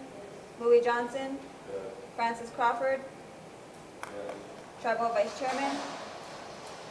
Tribal Secretary. Mr. Chairman, motion passed. Thank you. And there is an attendance report in there, so if you could please approve the attendance report. Motion by Lake Travers, second by Enemy Swim. Question by Old Agency. Francis Crawford. Yes. Curtis Bissonette. Yes. Winfield Rondell Jr. Yes. Milton Owen. Cheryl Owen. Yes. Lisa Jackson. Yes. Louis Johnson. Yes. Tribal Vice Chairman. Yes. Tribal Secretary. Yes. Mr. Chairman, motion passed. Thank you. Can you approve the budget report as presented?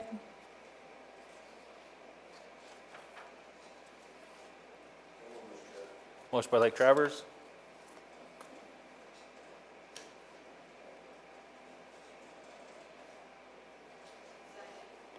Second by Bacouli.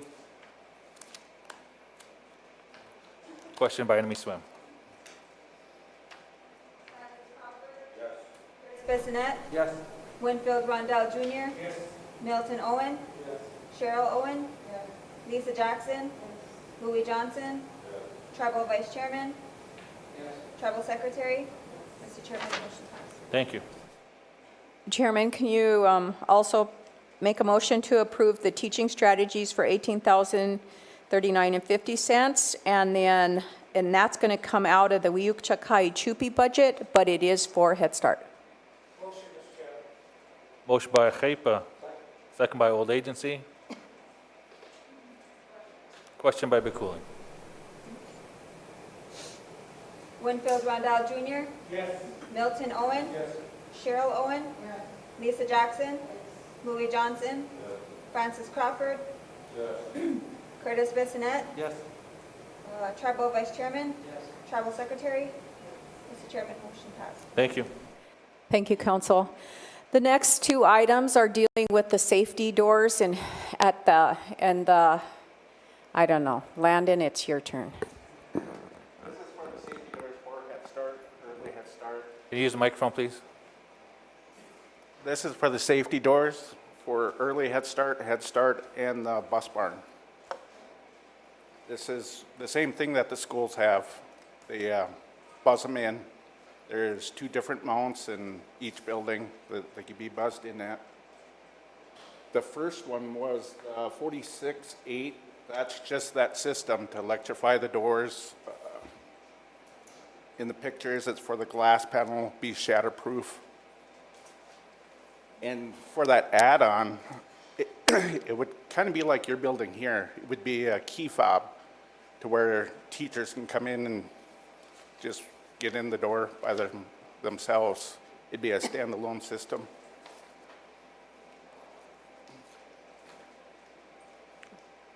Did this go through procurement? Yes, Okay. we ran it through twice, Okay. and we didn't get no takers.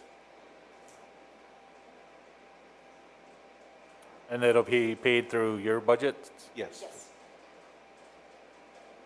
Any questions, Tribal Council? Are you wanting to approve them both together then? the 11 and the 46? Yes, it'd be the same system. It's just that add-on, it would be, with that 46 would just be what we have now, just one key would work. But to give the teachers access to that door, Okay. we'd have to get that key fob system. I'll make that motion, Mr. Chairman. Motion by together? Yep. Okay. Motion by Long Hollow, second by Bakuli. Question by Madam Secretary. Curtis Bissonnette, Yes. Winfield Rondell Jr., Yes. Milton Owen, Cheryl Owen, Lisa Jackson, Louis Johnson, Francis Crawford, Yes. Tribal Vice Chairman, Yes. Tribal Secretary. Mr. Chairman, motion passed. Thank you. Did you make a motion for signature in the food program to designate Tim White? Not yet. Okay. To sign the agreement? Motion by Madam Secretary, Second. second by Long Hollow. Question by Enemy Swim. What was that for? It'll be to authorize chairman's signature on the food reimbursement program to the state. Yep, to authorize Timothy White. Lindsay, I'll get you a copy of the form, then you can make a motion out of that. Tribal Secretary, Curtis Bissonnette, Yes. Winfield Rondell Jr., Yes. Milton Owen, Cheryl Owen, Lisa Jackson, Louis Johnson, Francis Crawford, Tribal Vice Chairman.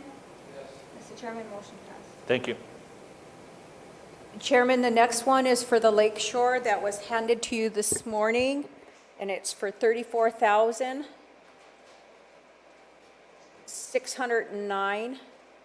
$34,609.38. That's out of the Head Start budget.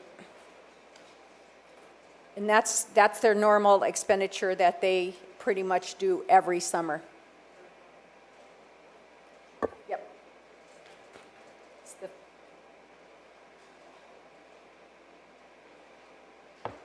the first yellow there. Yep. It's the Lake Shore with the pink ribbon, or red ribbon. That's for supplies? Yes, it's all of the Head Start building. You did the Lake Shore last time for the early Head Start. Now this is the big Head Start request. Motion by Lake Travers, second by Madam Secretary. Question by Bakuli. Francis Crawford, Curtis Bissonnette, Yes. Winfield Rondell Jr., Milton Owen, Cheryl Owen, Lisa Jackson, Louis Johnson, Tribal Vice Chairman, Tribal Secretary. Mr. Chairman, motion passed. Thank you. Thank you, Council. And the next one's directed at Vice Chairman. Enemy Swim asked me if I present this. It's a letter of request, and you have it in your packet. It says Enemy Swim on there, and it has a milk bill. And I don't know, that didn't have to do anything with me. Thank you. Okay, and then the other one has to do with the funding of the after-school program. That was, this was the funding that was agreed upon through the ET demo program at that time, Employment Training Center now, and they have not received that.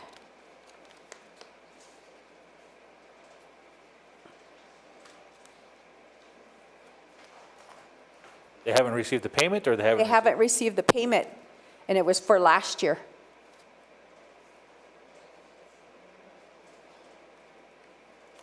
Who was supposed to pay this? It was Anna? coming out of the employment training, the ET demo program. Oh, did you ask her why they haven't paid it? I don't know, the secretary was working on it, but I don't know what to do about it. Does it need council approval? What does it do?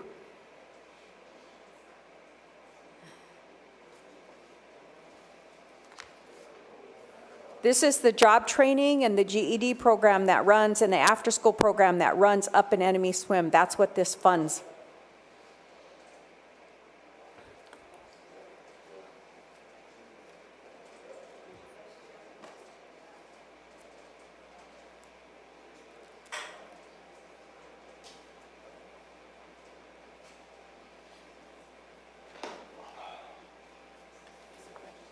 Oh, Vice Chair. Okay, so we don't, all right. So we don't have a handout for the last one, right? You don't have any handouts. She just has been texting me.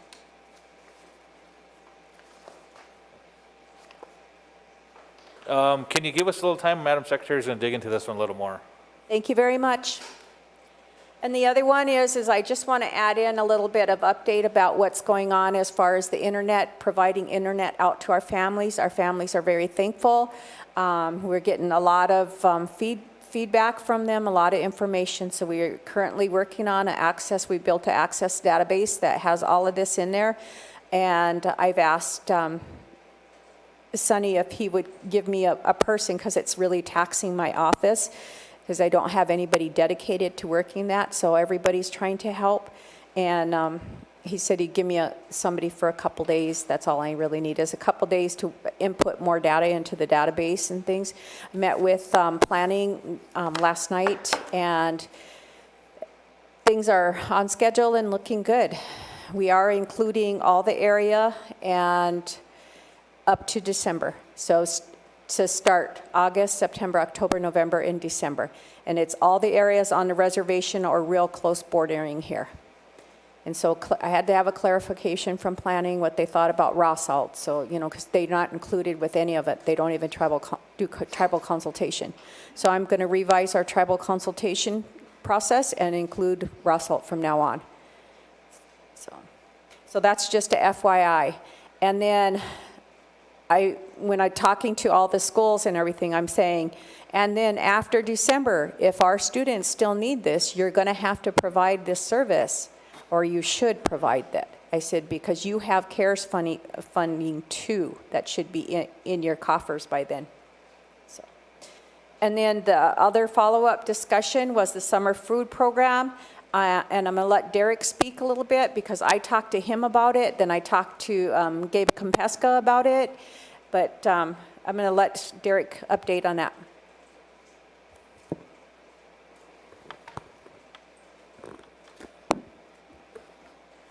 Well, we really don't know at this point. I know, sorry, it was in a discussion that we had before. We did it every summer for the past. We either helped pay TZ to provide it for us, or we provided it ourselves at our center. And I guess we haven't had deep discussion about it just yet, so we don't know. I know Enemy Swim's done serving here on the 17th, pretty soon here. I know Siston will probably go as long as they can, but for us, we have a vacant building, and we just kind of want to assist in any kind of way, I guess. Long Hollow? Derek, we talked about this briefly and with Sherry, I think last time we met, and I think we were kind of in agreement that we needed it here. I know Enemy Swim is doing it now, but from what Sherry reported, that they're having to go further outside of what they're usually doing. So we then talked about coming up with a plan so we can see if you can start it here, and then following the CDC guidelines, also implementing that with your staff. And so I think you should be probably getting with Sherry to discuss maybe a plan on how you're going to do that, and maybe present it to council again. And I'd say probably sooner than later, because I think we did talk about this about 3 weeks ago, maybe more. Because we don't want to duplicate on services that their team's already providing, which is a big thing. So I don't know how long they plan on doing with. I know they had a 10-week window there, so I don't know if that's pushed out anymore. If it's not, then of course this is definitely needed. But at the same time, it's a decision up to you guys. We could develop a plan. It's up to you guys, though. If you guys think it's what we need at this time. I think it's needed here in this area, because the area that they're doing is covered now. So if you can do it for this area down here in Agency and the surrounding area here closer, I think it'll be good. I think the more the merrier, Dr. Johnson? Enemy Swim has currently 470 is what they're dealing with. They usually serve about 200, so they currently have 470 right now, and they quit serving on July, was it 17th then? I think so. Yeah, that was their last day, and then all those families are going to be dropped. And so it's not only this area, they drive to all the areas. They drive on the boundaries of our reservation all the way around here. So thank you, Council. And if you want us to do this, can you please put it in motion form so we have some teeth to it? Lake Travers?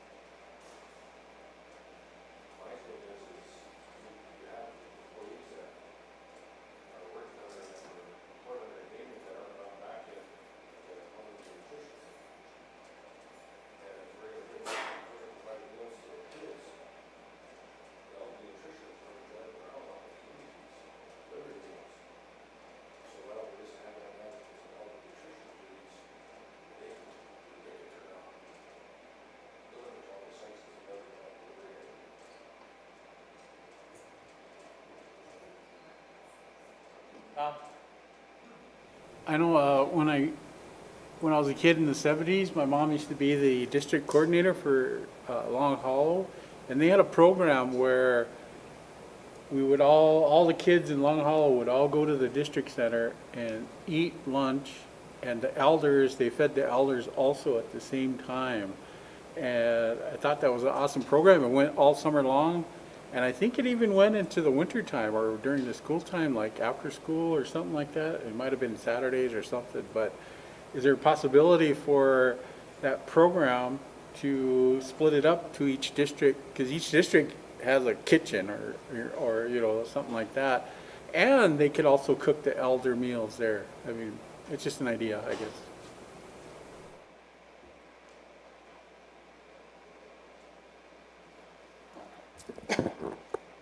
I don't know how that would work. Our elderly nutrition is federal funded. I'm not sure, you know, if we can ask them to make additional meals. Is that kind of what you're getting at? And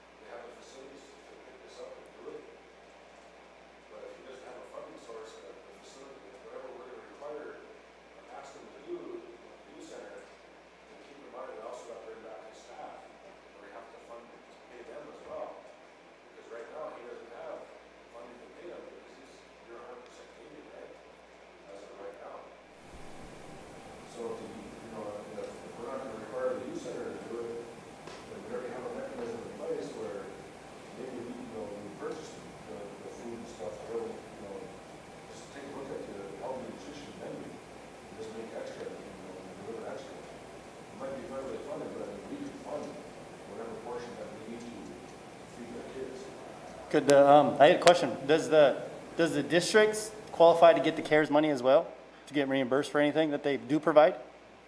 theoretically, on certain areas, we had asked them if they wanted to kind of put plans together. Yep. I don't know, Mr. Vice Chairman, would this qualify if the district wanted to do let's say a summer youth program, and would that qualify through CARES? Possibly. Or a feeding, not summer youth, but a feeding program, a summer food program. Not the districts. Yeah, the districts haven't ever done that before, so maybe that would be an avenue. Dr. Johnson? And they don't necessarily cook the food.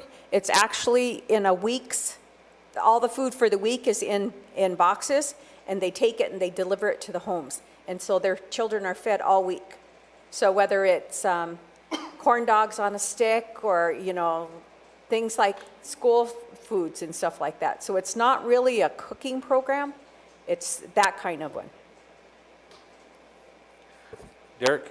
Well, I think if it is allowable, what you should take into consideration is if the districts were gonna do it, it shouldn't be by their membership in a sense, it should be by who is living within the district there, you know what I mean? Like if we're gonna do it in Long Hollow, but not everybody in Long Hollow housing units there are from Long Hollow, they should be able still to provide that service, saves on money, it saves on gas, honestly, it would save on a bunch of things instead of transporting and delivering on, if we're not looking to bring back workers, the districts can actually be reimbursed for that. Council, could we maybe do a motion to just authorize these guys to put a plan together? And then that'll give Madam Secretary and Vice Chairman time to research, if it's doable out of elderly nutrition, and then if any of this would qualify under the CARES Act? Is there any other questions that we would need to answer? Okay. So can you guys do that? Just get together, put a plan together, what you think, how many we would need to serve, and then the other execs here will answer the questions that they need to answer? Okay. Anything else, Dr. Johnson? No, thank you, Council. Okay.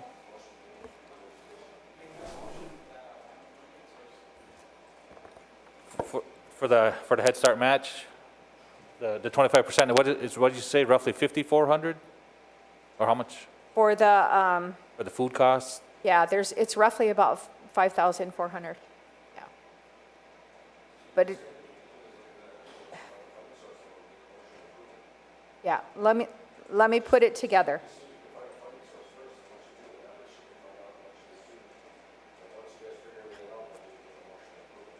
It was in last month's report. I know that because we had it last month here.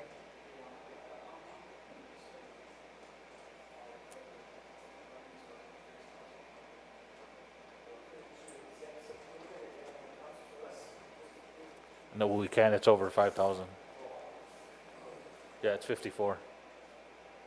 It was like 5386 or something. It was in last month's report to you guys, though.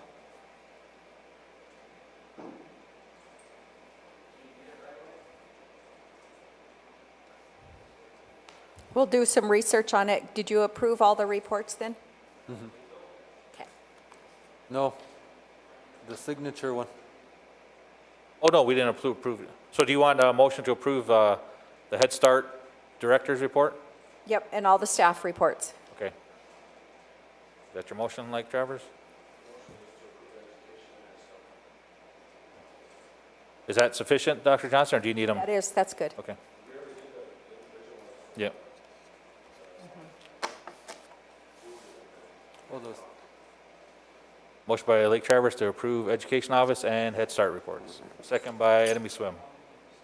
Question. Question by Long Hollow.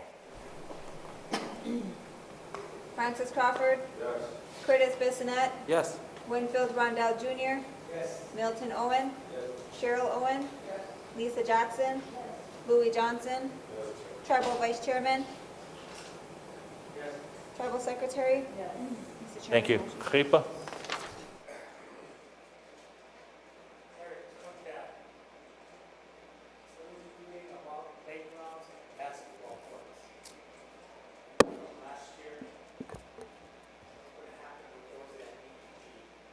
Need to be up. Everything that we had budgeted for it, it was all gaming, so we don't have anything at this point.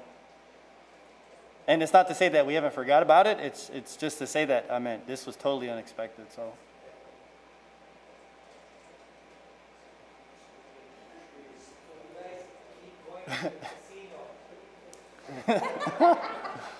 Lake Travers?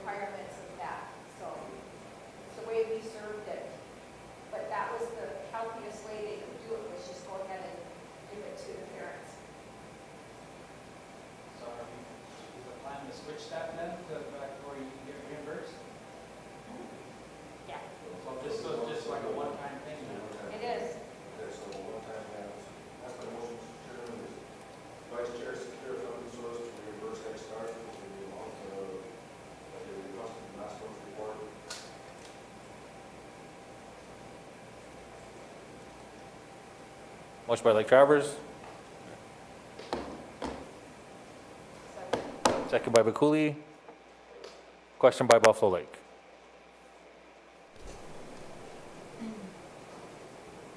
Francis Crawford. Yes. Curtis Bissonette. Yes. Winfield Rondell Jr. Yes. Milton Owen. Yes. Cheryl Owen. Lisa Jackson. Louis Johnson. Tribal Vice Chairman. Tribal Secretary. Mr. Chairman, motion passed. Thank you. Lake Travers.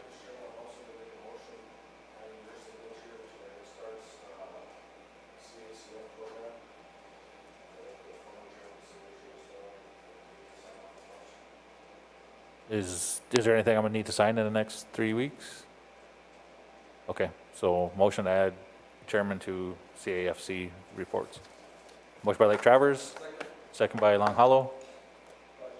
Question by Old Agency.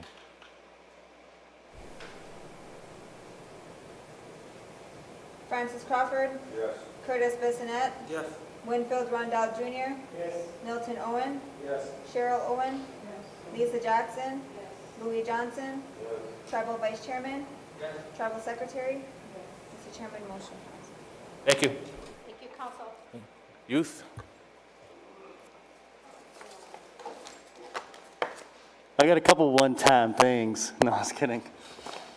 I brought to you guys today we got approved for the SAMHSA grant about a week ago, and I printed out the notice of award for you guys. Second page is the budget. If you guys don't remember, we could walk through it real quick. It covered. We had an issue before when our kids were being sent off that were in child protection's care. Kids that were being sent off, not staying in our reservation, and in a sense, that money was leaving our reservation too. So what we determined when we applied for the grant was, holistically, we're doing a lot of stuff that we're, that we see. I mean, as far as the mental health, I mean, the physical activity, but our kids never really had a place to stay when they were here. There was old places. I mean, there was places in the past that ran quite similar, that we had children that were in child protection care. So this idea when we applied was a youth lodge. We would bring kids back, and that's when they came forward and we purchased the old dorms at the college there that have 10 rooms in them. We wanted to relocate that somewhere else and then have that a starting point for us, where us guys would focus on mainly the teens that were sent away. So when writing this grant, I mean, we took that approach to where, this should have been done a long time ago, basically. We should have had something like this in place when our kids start getting sent off when we were kids, when our friends were getting sent off. So we want to bring this back to where it's like we can run it the right way. We could do it right this time, and learn from our mistakes from the past. So that was our big thing. And you see the award was $998,704, which is really great for us. Because we only had like 3 weeks to submit it, I believe.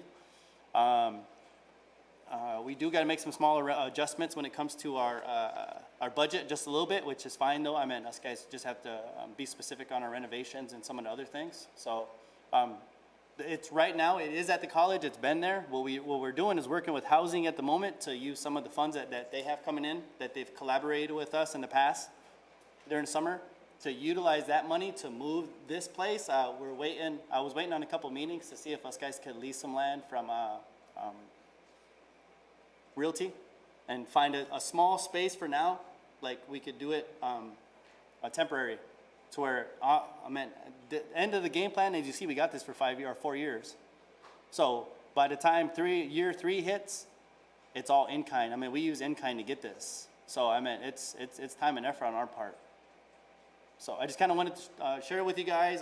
This is our first time getting a grant, so I know I had to bring it to you guys, present it for you guys to approve. Like I said, the budget was on the second page, working with Lexi right now, and just kind of needed your guys' approval on it, and then we can keep pushing forward, so.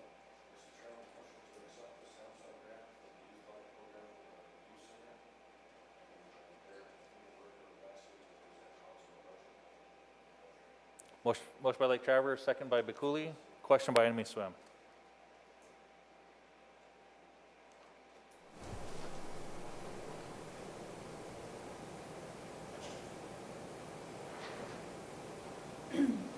Francis Crawford, Yes. Curtis Bissonette, Yes. Winfield Rondell Jr., Milton Owen, Cheryl Owen, Lisa Jackson, Louis Johnson, Tribal Vice Chairman, Tribal Secretary.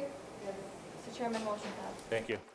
And I think when we get this moved here, because the ward says we're starting at the end of August, so we're trying to get, I don't know what the step would be for us guys to lease land when it comes to other departments. We're hoping that behavioral health, I was supposed to have a meeting with Leah today, Leah Fighton, to discuss plans to, or hopefully we was gonna ask them, they have a set of acreage over next to Dakota Pride there on the west side of it. We was hoping to build a temporary place where we could place it and move it up as we want to get it running right away. After we get the budget situated, I want to ask for like a 60-day advance so us guys can get the security system put in place and all the rest of the stuff. So, and I think when we get this up, when we talked with child protection before, we could, we have about, I think it's 7 to 9 girls that are already sent off in that age group that we're focused on that we could bring back. So it's going to be a good thing for us. So I'm just kind of want to give you guys an update on that. That's kind of the plan right now. I mean, we need a little plot of land looking at it. So 5 to 10 acres, and I'm hoping that we could get it from Leah Fighton, the group that she runs over there, that behavioral health MSPI program. They used it for equine therapy, I believe, before. They wanted to anyways. So we're hoping us guys can utilize that and get it going right away. Because we got about a month and a half to get it, and we could get it done. I'm just saying. Lake Travers?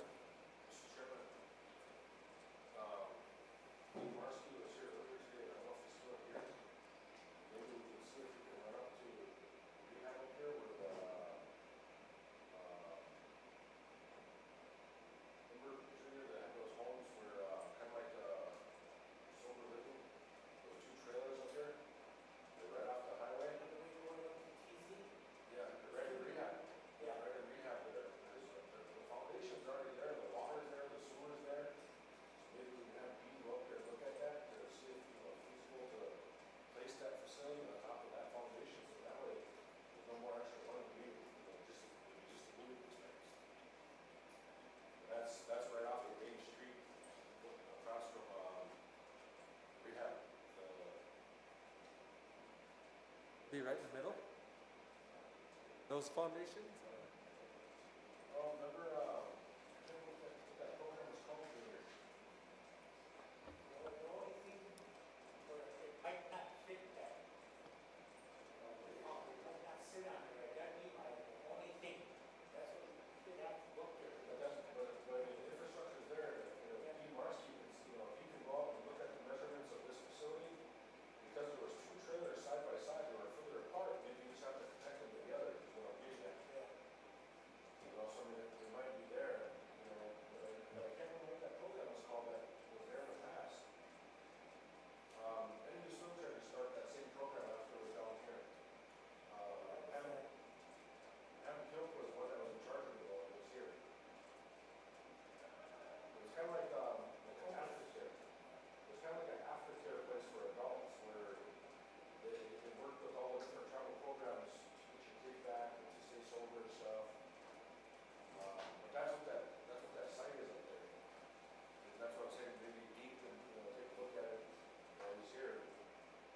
Just as courtesy to us, and the youth, see if that's feasible to place up there. Free tomorrow morning, all week.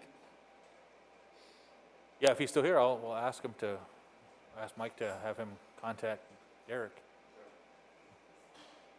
Madam Secretary? I just want to say congratulations to Derek and his team for getting this grant, and it's going to be called Youth Lodge. And like he said, they'll initially start serving the females, and then they'll transition to the boys too, once they get to that step. So it's a huge grant, so I just want to say congratulations for Thank you. that work. Yeah. For those listening, yeah, this is a 4-year grant, just under $4 million, and, Derek and his staff really worked hard to get this done. So congratulations, Derek, and thank you for all your hard work. It's our first step, guys. I mean, it's what we need. We have over 100, it's got to be over 140, 150 kids that are in child protection's care, and it's something that, we shouldn't be proud of. It's something that we definitely have to fix, man. We need to make sure our kids don't leave. We need to bring them here. We need to do our best to raise them, you know what I mean? Because I mean, that's just how it used to be. We need to go back to that. So that was the whole purpose of it. And then it'll generate revenue at the same time. So we can bring that money back that we're using to send our kids off. And we can keep it here, and us guys can utilize it the best.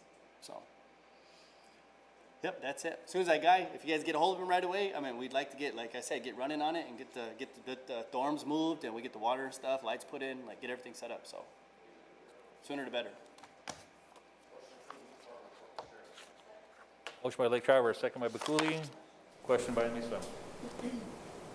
Francis Crawford. Yes. Curtis Bissonette. Winfield Rondell Jr. Milton Owen. Yes. Cheryl Owen. Lisa Jackson. Louis Johnson. Tribal Vice Chairman. Tribal Secretary. Mr. Chairman, motion passed. Thank you. Thank you guys. See you guys.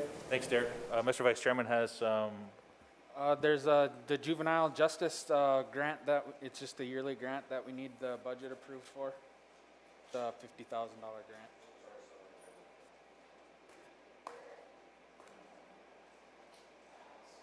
what was that, juvenile justice? Yep. Where's that, is that through tribal court? Yep. Or Sarah Levac, the juvenile probation officer. Motion by Lake Travers. Second by Long Hollow. Question by Old Agency.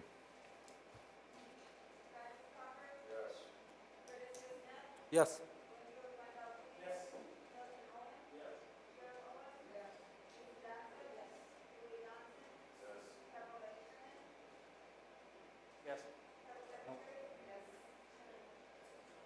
And then, last but not least, we had motions to open 2 accounts.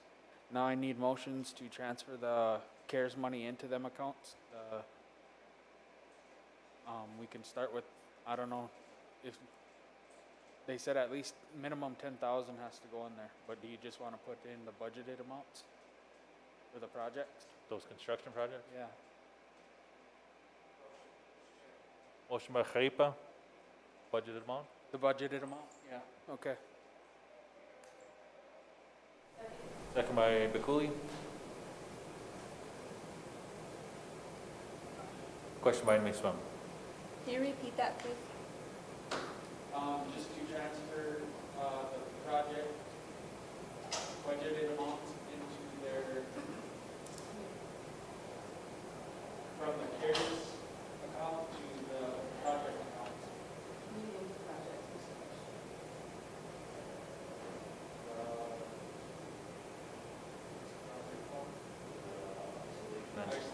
Quarantine facility.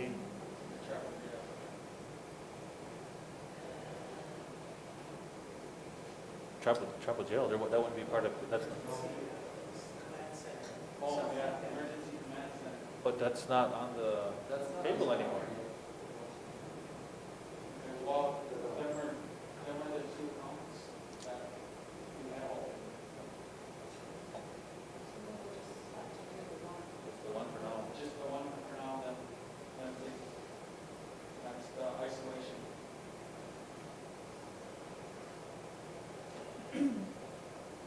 Winfield Rondell Jr.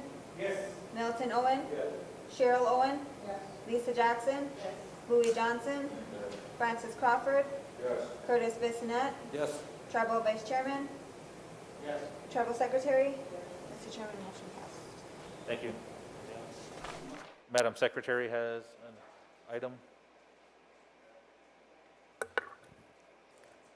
This is on behalf of the Dakota Pride Center. The Dakota Pride Center would like to purchase 10 new computers. Their current computers were purchased in 2011, and they were informed by the IT department that they can no longer be updated. Their server is 19 years old. So they have 2 quotes, and the quote that they would like to go with is Wind Circle in the amount of $19,495.64. So I would just need a motion of approval with their own funding source. Motion by Khalipa, second by Bacouli.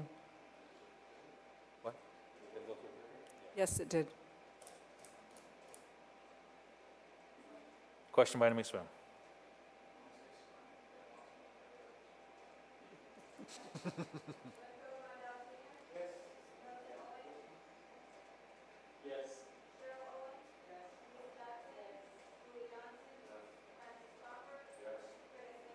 Yes.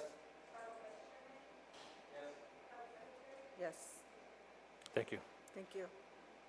Okay, Tribal Council, earlier I handed out a resolution. This will, it's amending a resolution, it should be 057, and the title says 075.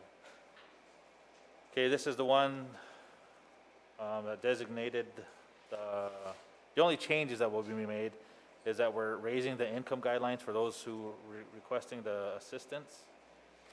So we went from 85 to 99 for individuals, 125 to 136.5 for those filing as head of household, and from 170 to 198 for those married couples filing jointly. And those numbers were the caps for the first federal stimulus that came out. And then, I'm sorry, then there's one more change on page 6.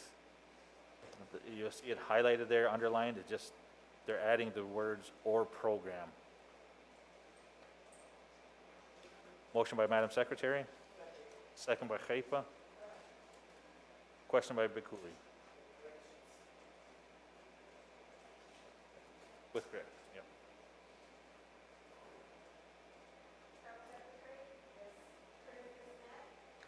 Yes.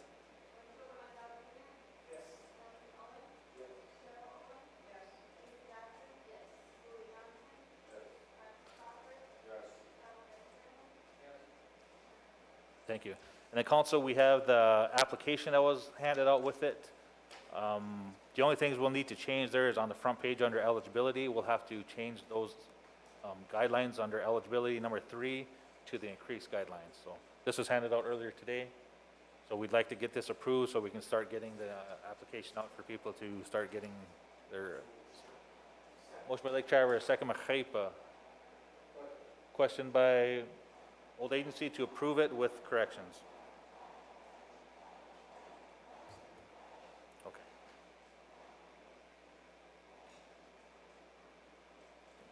Hang on, Lindsay. Terry?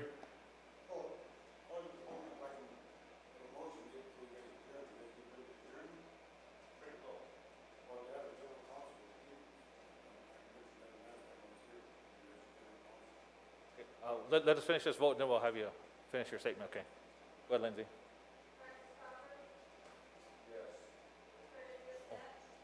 Yes. Oh. Go ahead, I'm sorry.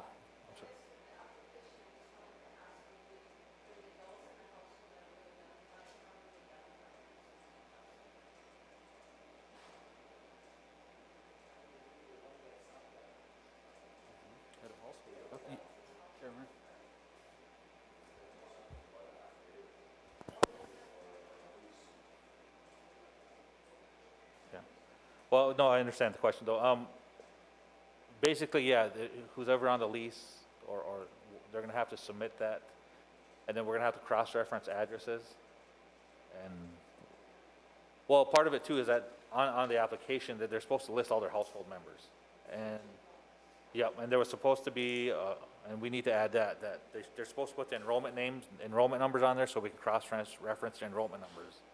So, because we don't want socials, enrollment numbers is a little safer. Yep. So, and a lot of this is going to be on the individual.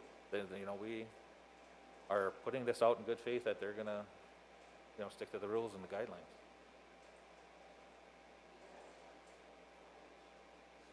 Yep. Yep. So we're going to put every tracking way we can track it and kind of cross-reference. So, where are we at in the vote count, Lindsay? Yep.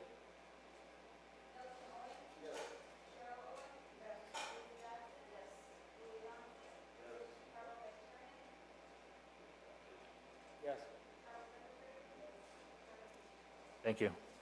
Okay, Council, let me finish up, Terry, then I'll turn the floor over to you. I printed out a letter from Mark Van Norman. He drafted, basically want to send it to, presidential candidate Joe Biden. the Democratic National Chair, and Deb Holland, represented from Albuquerque, New Mexico. Basically, kind of just stating what the tribe would want them to support in their campaign should they get in. I don't know, if council, do you want a motion to approve this, or are you okay with me signing it?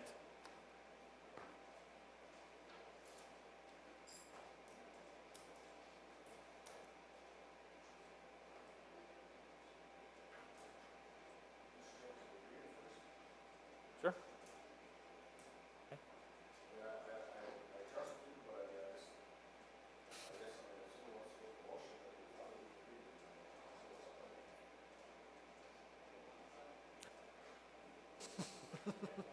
Okay, we'll come back to that. Terry?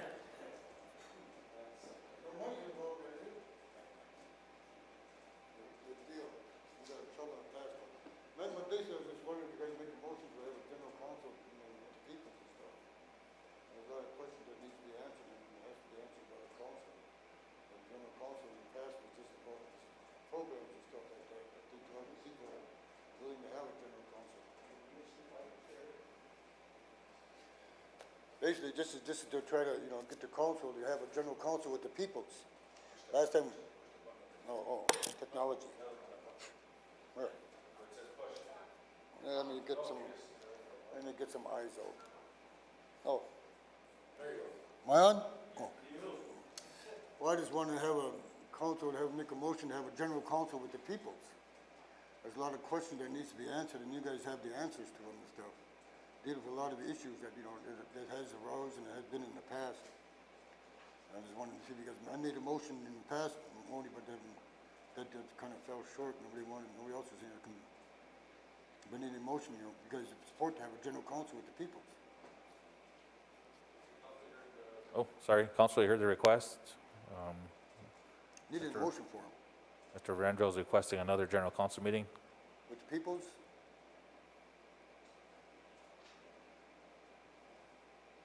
It's kind of hard at this point to identify a time with the pandemic and. Well, don't do it after elections. Excuse me? Don't wait till after elections. I mean, this has to deal with you people here.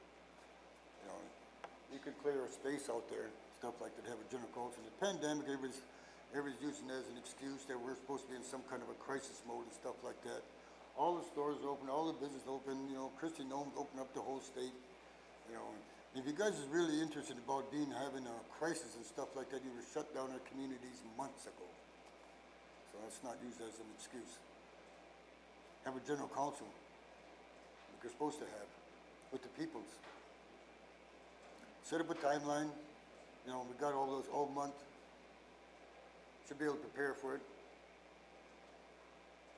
Your Roberts guy, he should be able to find some place to put all this stuff outside here. Council, any questions, comments? Nobody wants to make a motion. Lake Travers?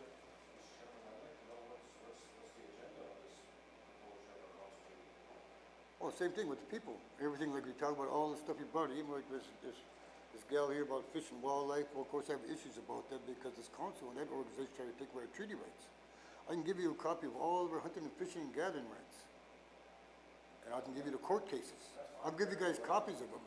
Well, I'm asking those, what's your proposed agenda? We don't know what the proposed agenda is before we can make any kind of motion. Well, basically about you guys, I guess, because I have issues with that. I mean, you guys made motions, you know, to get rid of Kurt, which you guys aren't supposed to get involved in policies, you know, and I got you guys' minutes where you guys, you know, day after, you know, wanted to, you know, renege on it, but that wasn't offered to anybody else.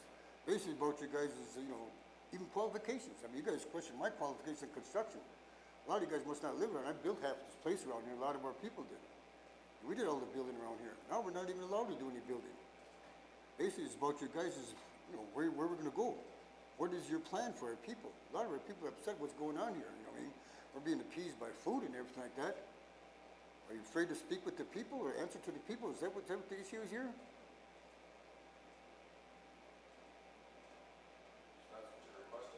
Yeah, to speak with the people. You know, general council is with the people, is it not? It's in the Constitution. Once So you don't really want to go about it. Well, see, you violate my rights as well, because I am, even in the general council, I asked for a new general council. Because like you're talking about using it as a pandemic, you don't want to deal with it. Apparently you guys don't want to deal with the issues concerning our people. It's concerning yourselves as well. They try to get rid of you, they try to get rid of you. You guys got gangs here, you know what I mean? You guys support each other, you guys go against each other. But nothing, all this corruption, all this animosity is going amongst yourself, it affects everybody. That's what that's what I want to know. Maybe the people want to be, I'll be there. I got a lot of questions. I got some court cases that want to be answered by this organization here. Even the Constitution. You ever probably hear them under the Constitution where it drops down and reflects only white people. There's nothing in there mention anything about Dakota people. A lot about the white people. A lot of people go down trying to get lower and lower. To me, that's a very direct insult. Now that the very, threat, the very existence of the Dakota people. I fight for the Dakota people. So you're trying to get rid of them. You know what I mean? The Constitution shows that. That's what the whole issue is about. When I mentioned before about restructuring, all this could be brought out in general council.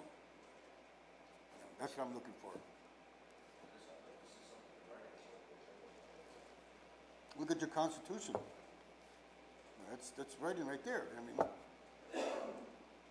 were you guys afraid to speak with the peoples? In the open area like that. There's certain peoples in here. We're not in any crisis here. There's no pandemic here.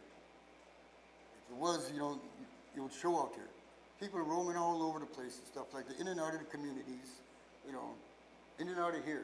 Certainly we wear masks. We can wear masks out here. Just need a motion for you guys to have a general council with the peoples. It's under the same agenda that you have with the programs. There's a lot of programs, even that Miller girl. She was a part of the deal. I got the lawsuits where they wouldn't, try to take away our treaty rights. When you take away our treaty rights, you will no longer have sovereignty. When you give away our jurisdiction, when you give up our jurisdiction on waters and stuff like that, you no longer have any sovereignty. When you give up and you start being allowed taxed by the state and stuff like that, you no longer have sovereignty. It jeopardizes it. This is basically what I'm talking about. That's why the Constitution has to be addressed. Or reflects our people, not the selling out of our people. I used to like going up to Clear Lake up there and sit on the beach and eat them oaks and sit on the, swim and stuff. We don't have access there no more. We no longer own that. A lot of these past councils, I blame a lot of these past council people, in the council as well. A lot of it goes towards the chairmen and stuff like that, but we lost a lot underneath certain chairmen. And they were all white members. Lost land, lost jurisdiction, we got sold. That's why I asked you about your writing letter to Biden. Hawkins, he did some campaign contributions, illegal campaign contributions back in the day. Trying to support some Byron Dorgan or somebody from North Dakota. Got into court. We tried to remove them people at that time because they was forging checks. But that's why this organization takes care of themselves, not the people. So the Constitution has to reflect the people, not this organization here. You separate yourselves from the people. That shows up in the Constitution. Every district is semi-autonomous. And when the issue about honorary membership was brought to the council turned it away. The courts brought it here. I got the lawsuit, I got the court case. The courts brought it here. This council didn't want to deal with it. They took it back to the courts to make a decision concerning our people. You see what I'm talking about? You don't want no responsibility to people. Yet you say you represent the people. I'm here to say you don't. And a lot of our people feel the same way as I do. That's why it's important to have a general council so you can answer to the people instead of your program managers. Tribal Council, any other questions or comments?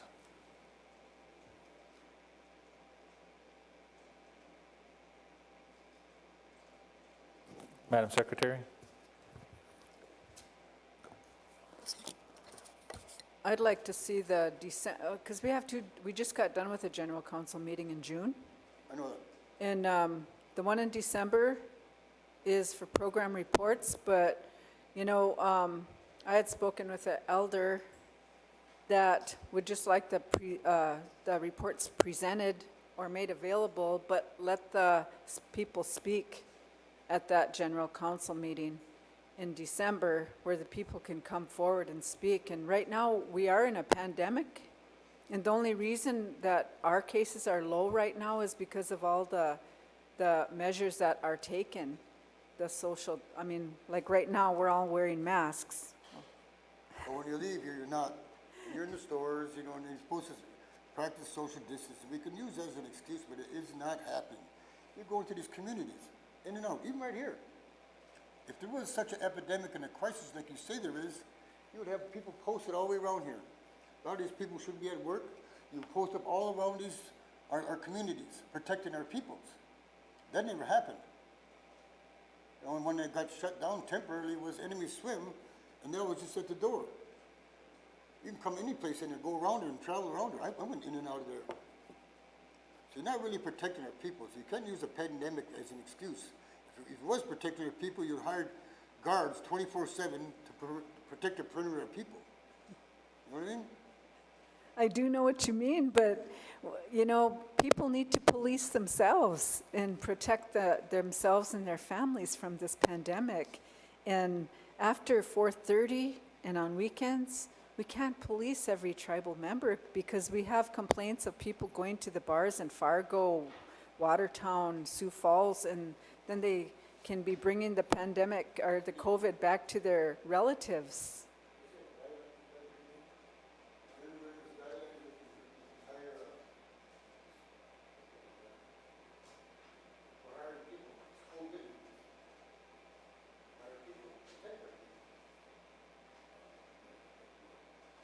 You want those? Yeah, because the money's available for the protecting of our people. This is COVID related, is it not?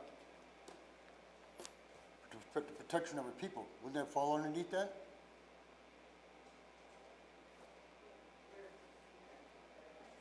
Well, you guys all got a copy of this. You don't need Thomas to come and tell you how, you know, I mean, Roberts to come and tell you how to spend it or how to go by it. It's right here.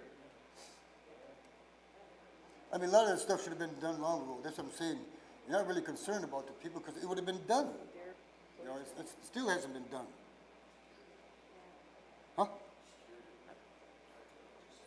Oh. Well, yeah, I mean, a lot of this, you know, a lot of this money that's available, a lot of people aren't working anyway, you know, I mean, all these program managers and stuff, and that really comes of it, you know. We're not really addressing our people enough to where it affects us. Socially, family-wise and stuff like that, all that affects the family life. You look at where our children are today, because they're not being provided for. Not, I don't mean by food. Their parents aren't being able to, you know, earn any money. There's no work, there's no jobs. I mean, we haven't created anything in the last, 40 years. And that's what I'm talking about. It isn't such a, we're in such a crisis, you can't do this. Order General Council, hear the peoples. Not just me. There's a lot of people I talk to are kind of concerned about the way we're operating right now, because our people are not being addressed. Community, the system is, so all your Fort Indians want to go back to system, go back to system, but don't drag our people with you. You guys know the reason why we moved out here? To this area here? You know the reason why we moved here back in the day? Nippy, you might know. Huh? These white people like the color of money, but they don't like the color of our skin. That was the move out here. You know. Certainly you might say that's a racist remark and stuff like that, but I'm concerned just about our people, nobody else. Nobody else's lives matters but our Dakota peoples. That's the way I look at things. And in the Constitution, it's not reflected that way. You guys got a lot of authority for being, you know, temporary employees, especially on the money, you know.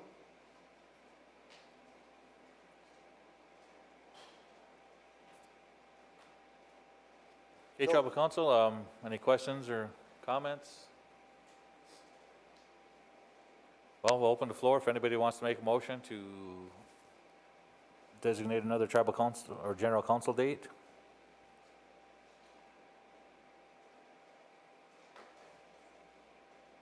Fear.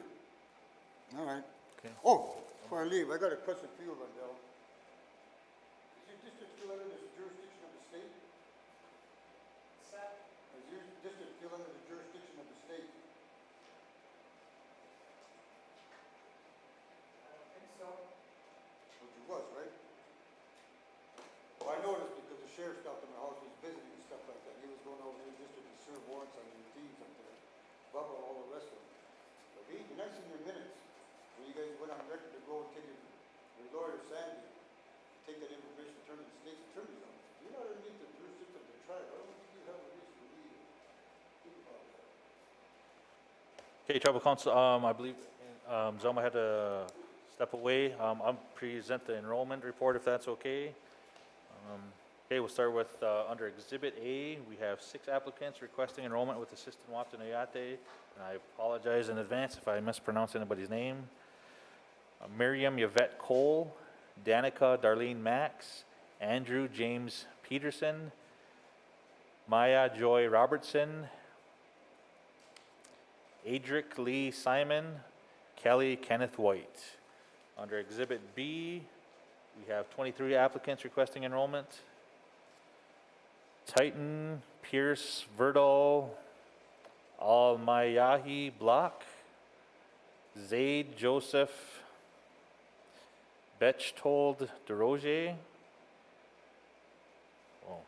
Kiowose Kyler DeRoger, Cynthia Rosemay Campbell, Tia Ella Mae Campbell, Gabriella Marie Cleveland, Shunka Ka Duzaha Hui Diane Crawford, Danielle Marie Crowfeather, Kayela Asa Rain Eastman Cook. Wow, this is going to be a tough one. Shunka Khan Eastman Shepherd, Sapphire Faithlyn Rain Kyok, Aiden Xavier Matthias, Genevieve Joyce Monk, Raven Leanne Paul, Kimamilla Red Eagle, Winona Rose Red Eagle, Derek Jerome Reyes, Dustin Wayne Robertson Jr., Joseph May Roulard, Jessup David Sipple, Nikwan Wihake Tauchis, Malcolm James White, and Destiny Leanne Ziegler. Under Exhibit C, we have 17 applicants requesting enrollment. Milo James Bearskin, Cara Diane Dumars, Douglas Simon Desjarlais Jr., Maiselin Ray Eagle, Lillian Cleone Fisher, Jazz Pays, Sorrel Jones, Buzzy Lane Lafferty Makuk, Lakota Sue Makuk, Bella Eve Josephine Parker, Braxton Everett Parker, Lily Rose Parker, Naomi Rose Parker, Bryson Reed Redday, Raiden Zachary Redday, Andre Leon Thin Elk, Eric Michael Thin Elk, Kyla Ray Roberta Thin Elk. Under Exhibit D, we have 2 applicants requesting relinquishment from the Assistant Wapton Oyate, Cheske Kingbird to enroll in Red Lake, and Lou William Murray to enroll with, looks like Chippewa.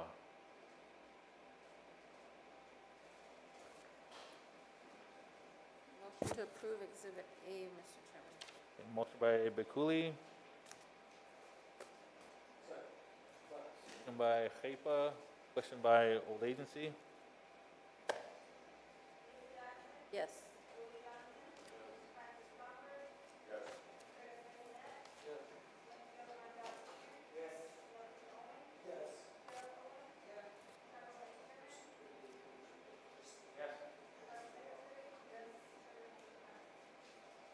Thank you.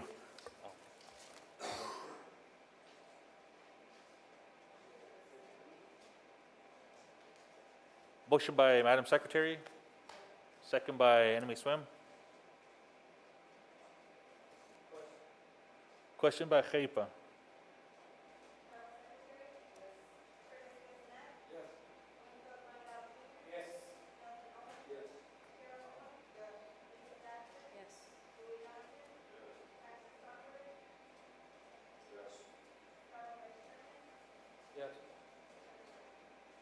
Thank you. Exhibit C. Motion by old agency. Second by Madam Secretary.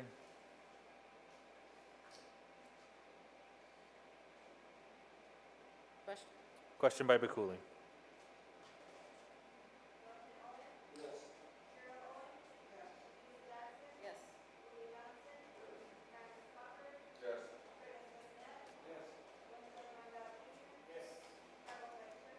Yes. Yes. Thank you. And Exhibit D. Motion by Khaipa, second by Enemy Swim. Question by old agency. Yes.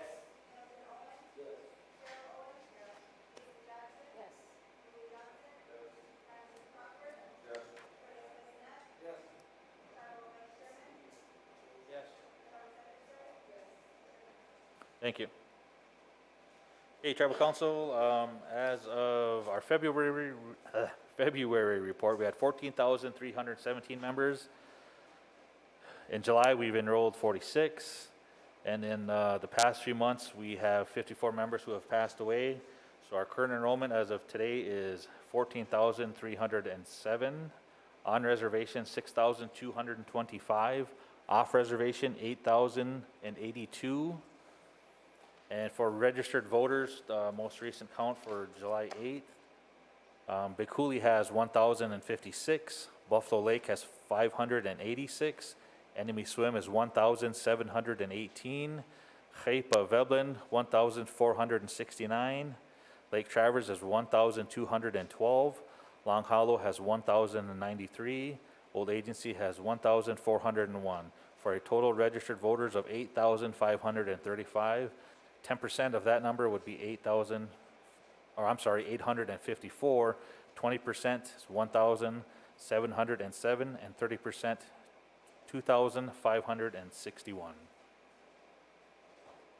That concludes the enrollment report.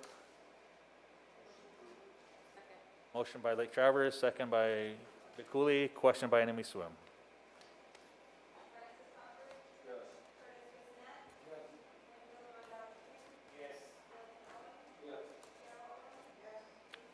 Yes.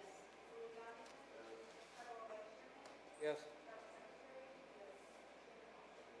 Thank you.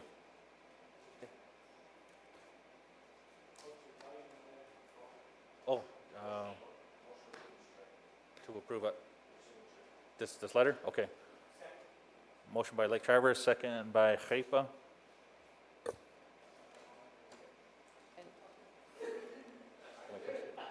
Question by Madam Secretary. Yes.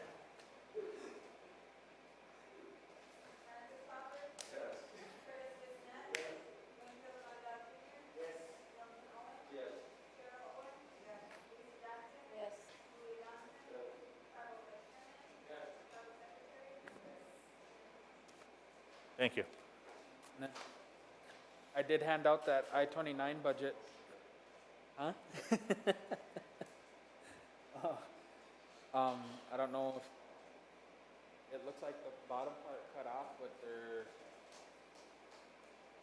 it says they are projected to have a year-end profit of $7,099.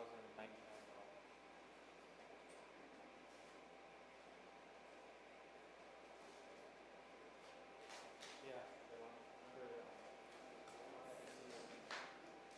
And the total for the bonuses would be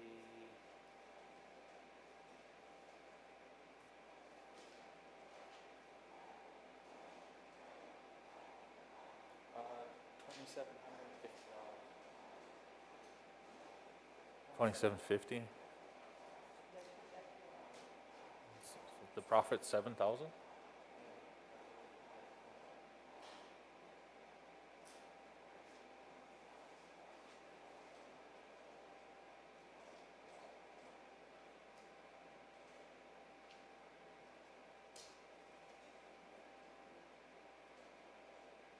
Tribal Council, any questions on that?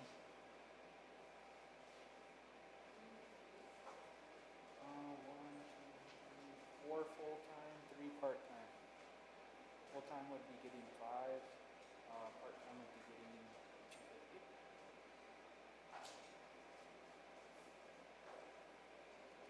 Lake Travers?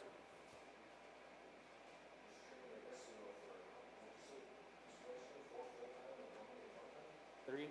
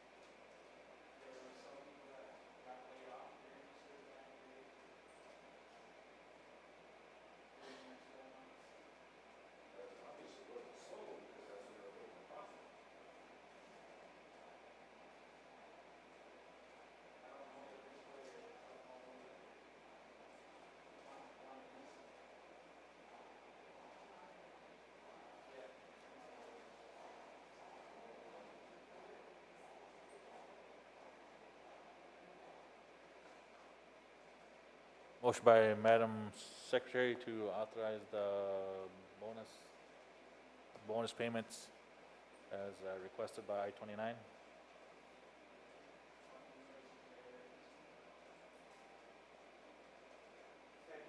Second by Grijpen.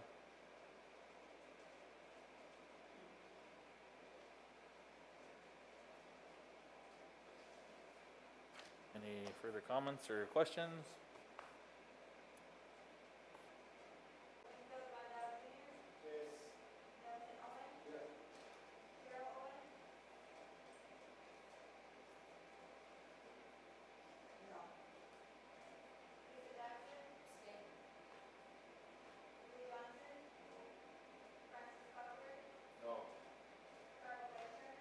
Yes.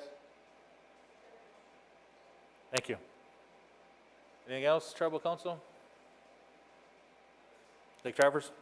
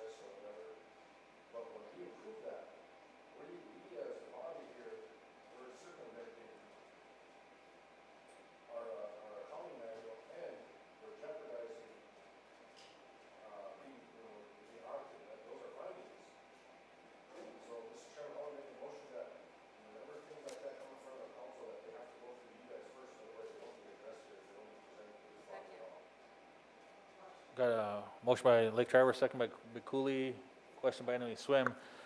You know, Franny, I'm glad you made the motion because that should happen. You know, as recording secretary, Lindsay and I, we always tell people, make sure you get your approval of your supervisor or executive, but sometimes they bring in extra stuff once they get a time slot.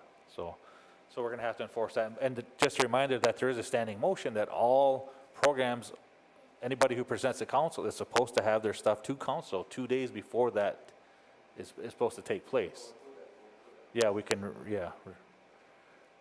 And to just kind of reaffirm that motion? Okay.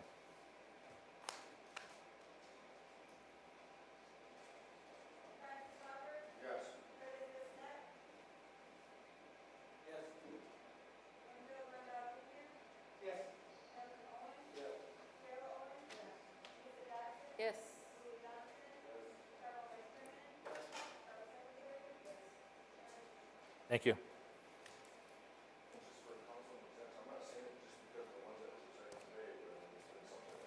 No, it's been going on, and yeah, it happens quite a bit. You guys get put on the spot for huge decisions, so yeah, it should be, and No, I need a motion to pay this Ponderosa services. And then it's for the delivery of the FEMA trailers that I gotta look to see how it's gonna be reimbursed through the VIA. Is that what it said? no, I believe it was paying through the CARES Act, wasn't it? Oh, and then we're gonna try to reimburse it through ATG after everything got here. Okay. But the amount is 39,480. Yeah, they were gonna be like homeless, kind of quarantine type. We don't know. Connection right now. Yeah. I remember asked you, the rumor was housing didn't want them in the trailer court because you guys have plans for that site, so we don't have any place to put them right now. Long Hollow? No, they were free. We had to pay $10,000 per trailer to get them here from Texas. That's where that cost came in.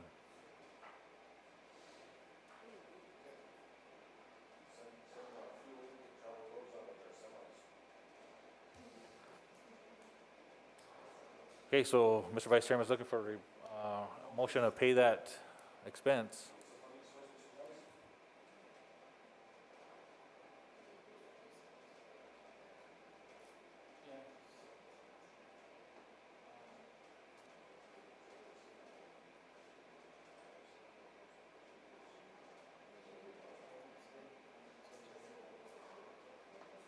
Be the CRF funding.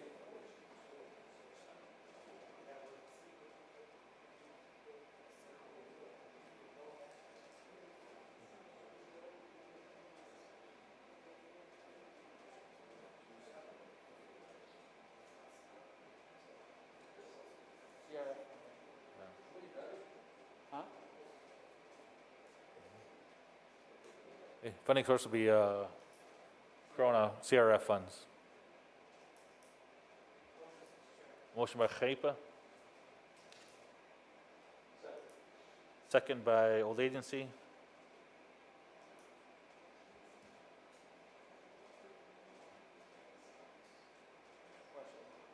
Question by Tribal Vice Chairman.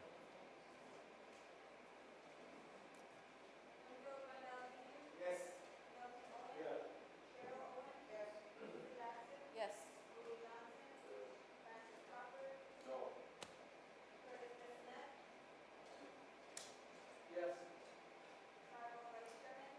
Yes. Get through that. Thank you. Grepe.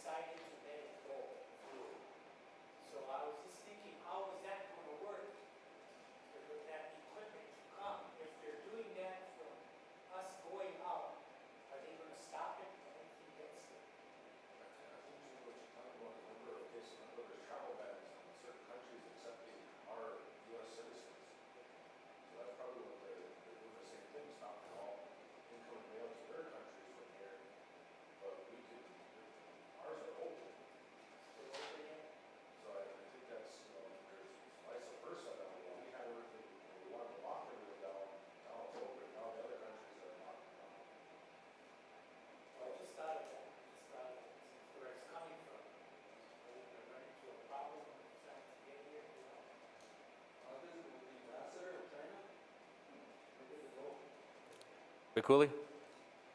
I just wanted to talk about these projects that we have under a resolution and under the CARES Act. We need to make sure that they're running through planning because he's the project coordinator, so we just need to make sure IT is getting with planning, doing that written plan for their project. So just make sure that that's happening. Then I do believe planning's putting together a standard project format that each one of our program managers will be following for any of this CARES Act funding if they're going through this process. So just, I don't know if we need to make a motion to reiterate that, but we need to make sure that that's happening. So everything's going to be consistent and the same. Lake Travers?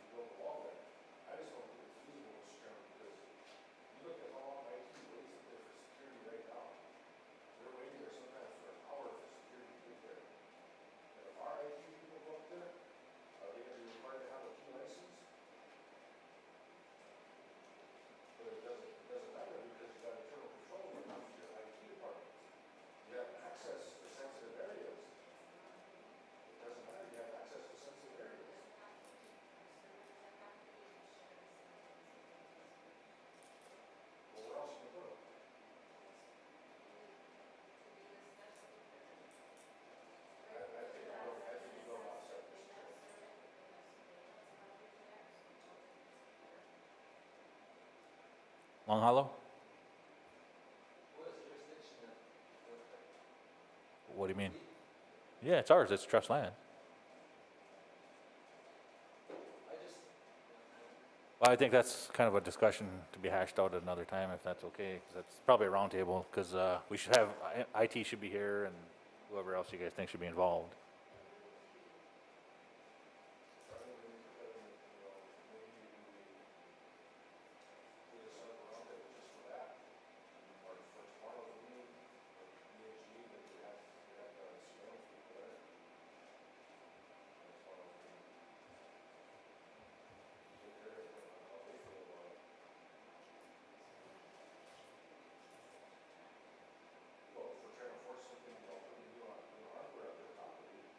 Yeah, and then, yeah, GM should probably be involved, yeah, as well.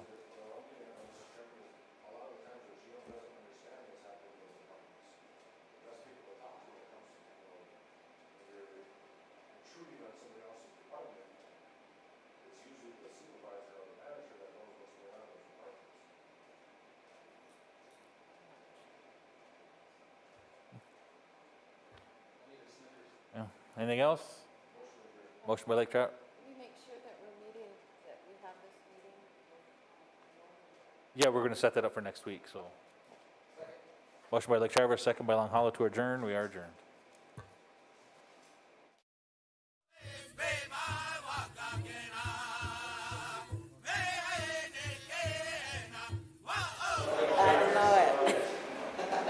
Hey, Tom, I'm sorry, Smiley Shepherd, did he call or text in? Anyway, he messaged in from Shakopee, Minnesota. Just wanted to give a shout out and a pat on the back to Tom Wilson for making it possible for the off-reservation SWO tribal members to tune in to the tribal council meeting. So, thank you, Tom.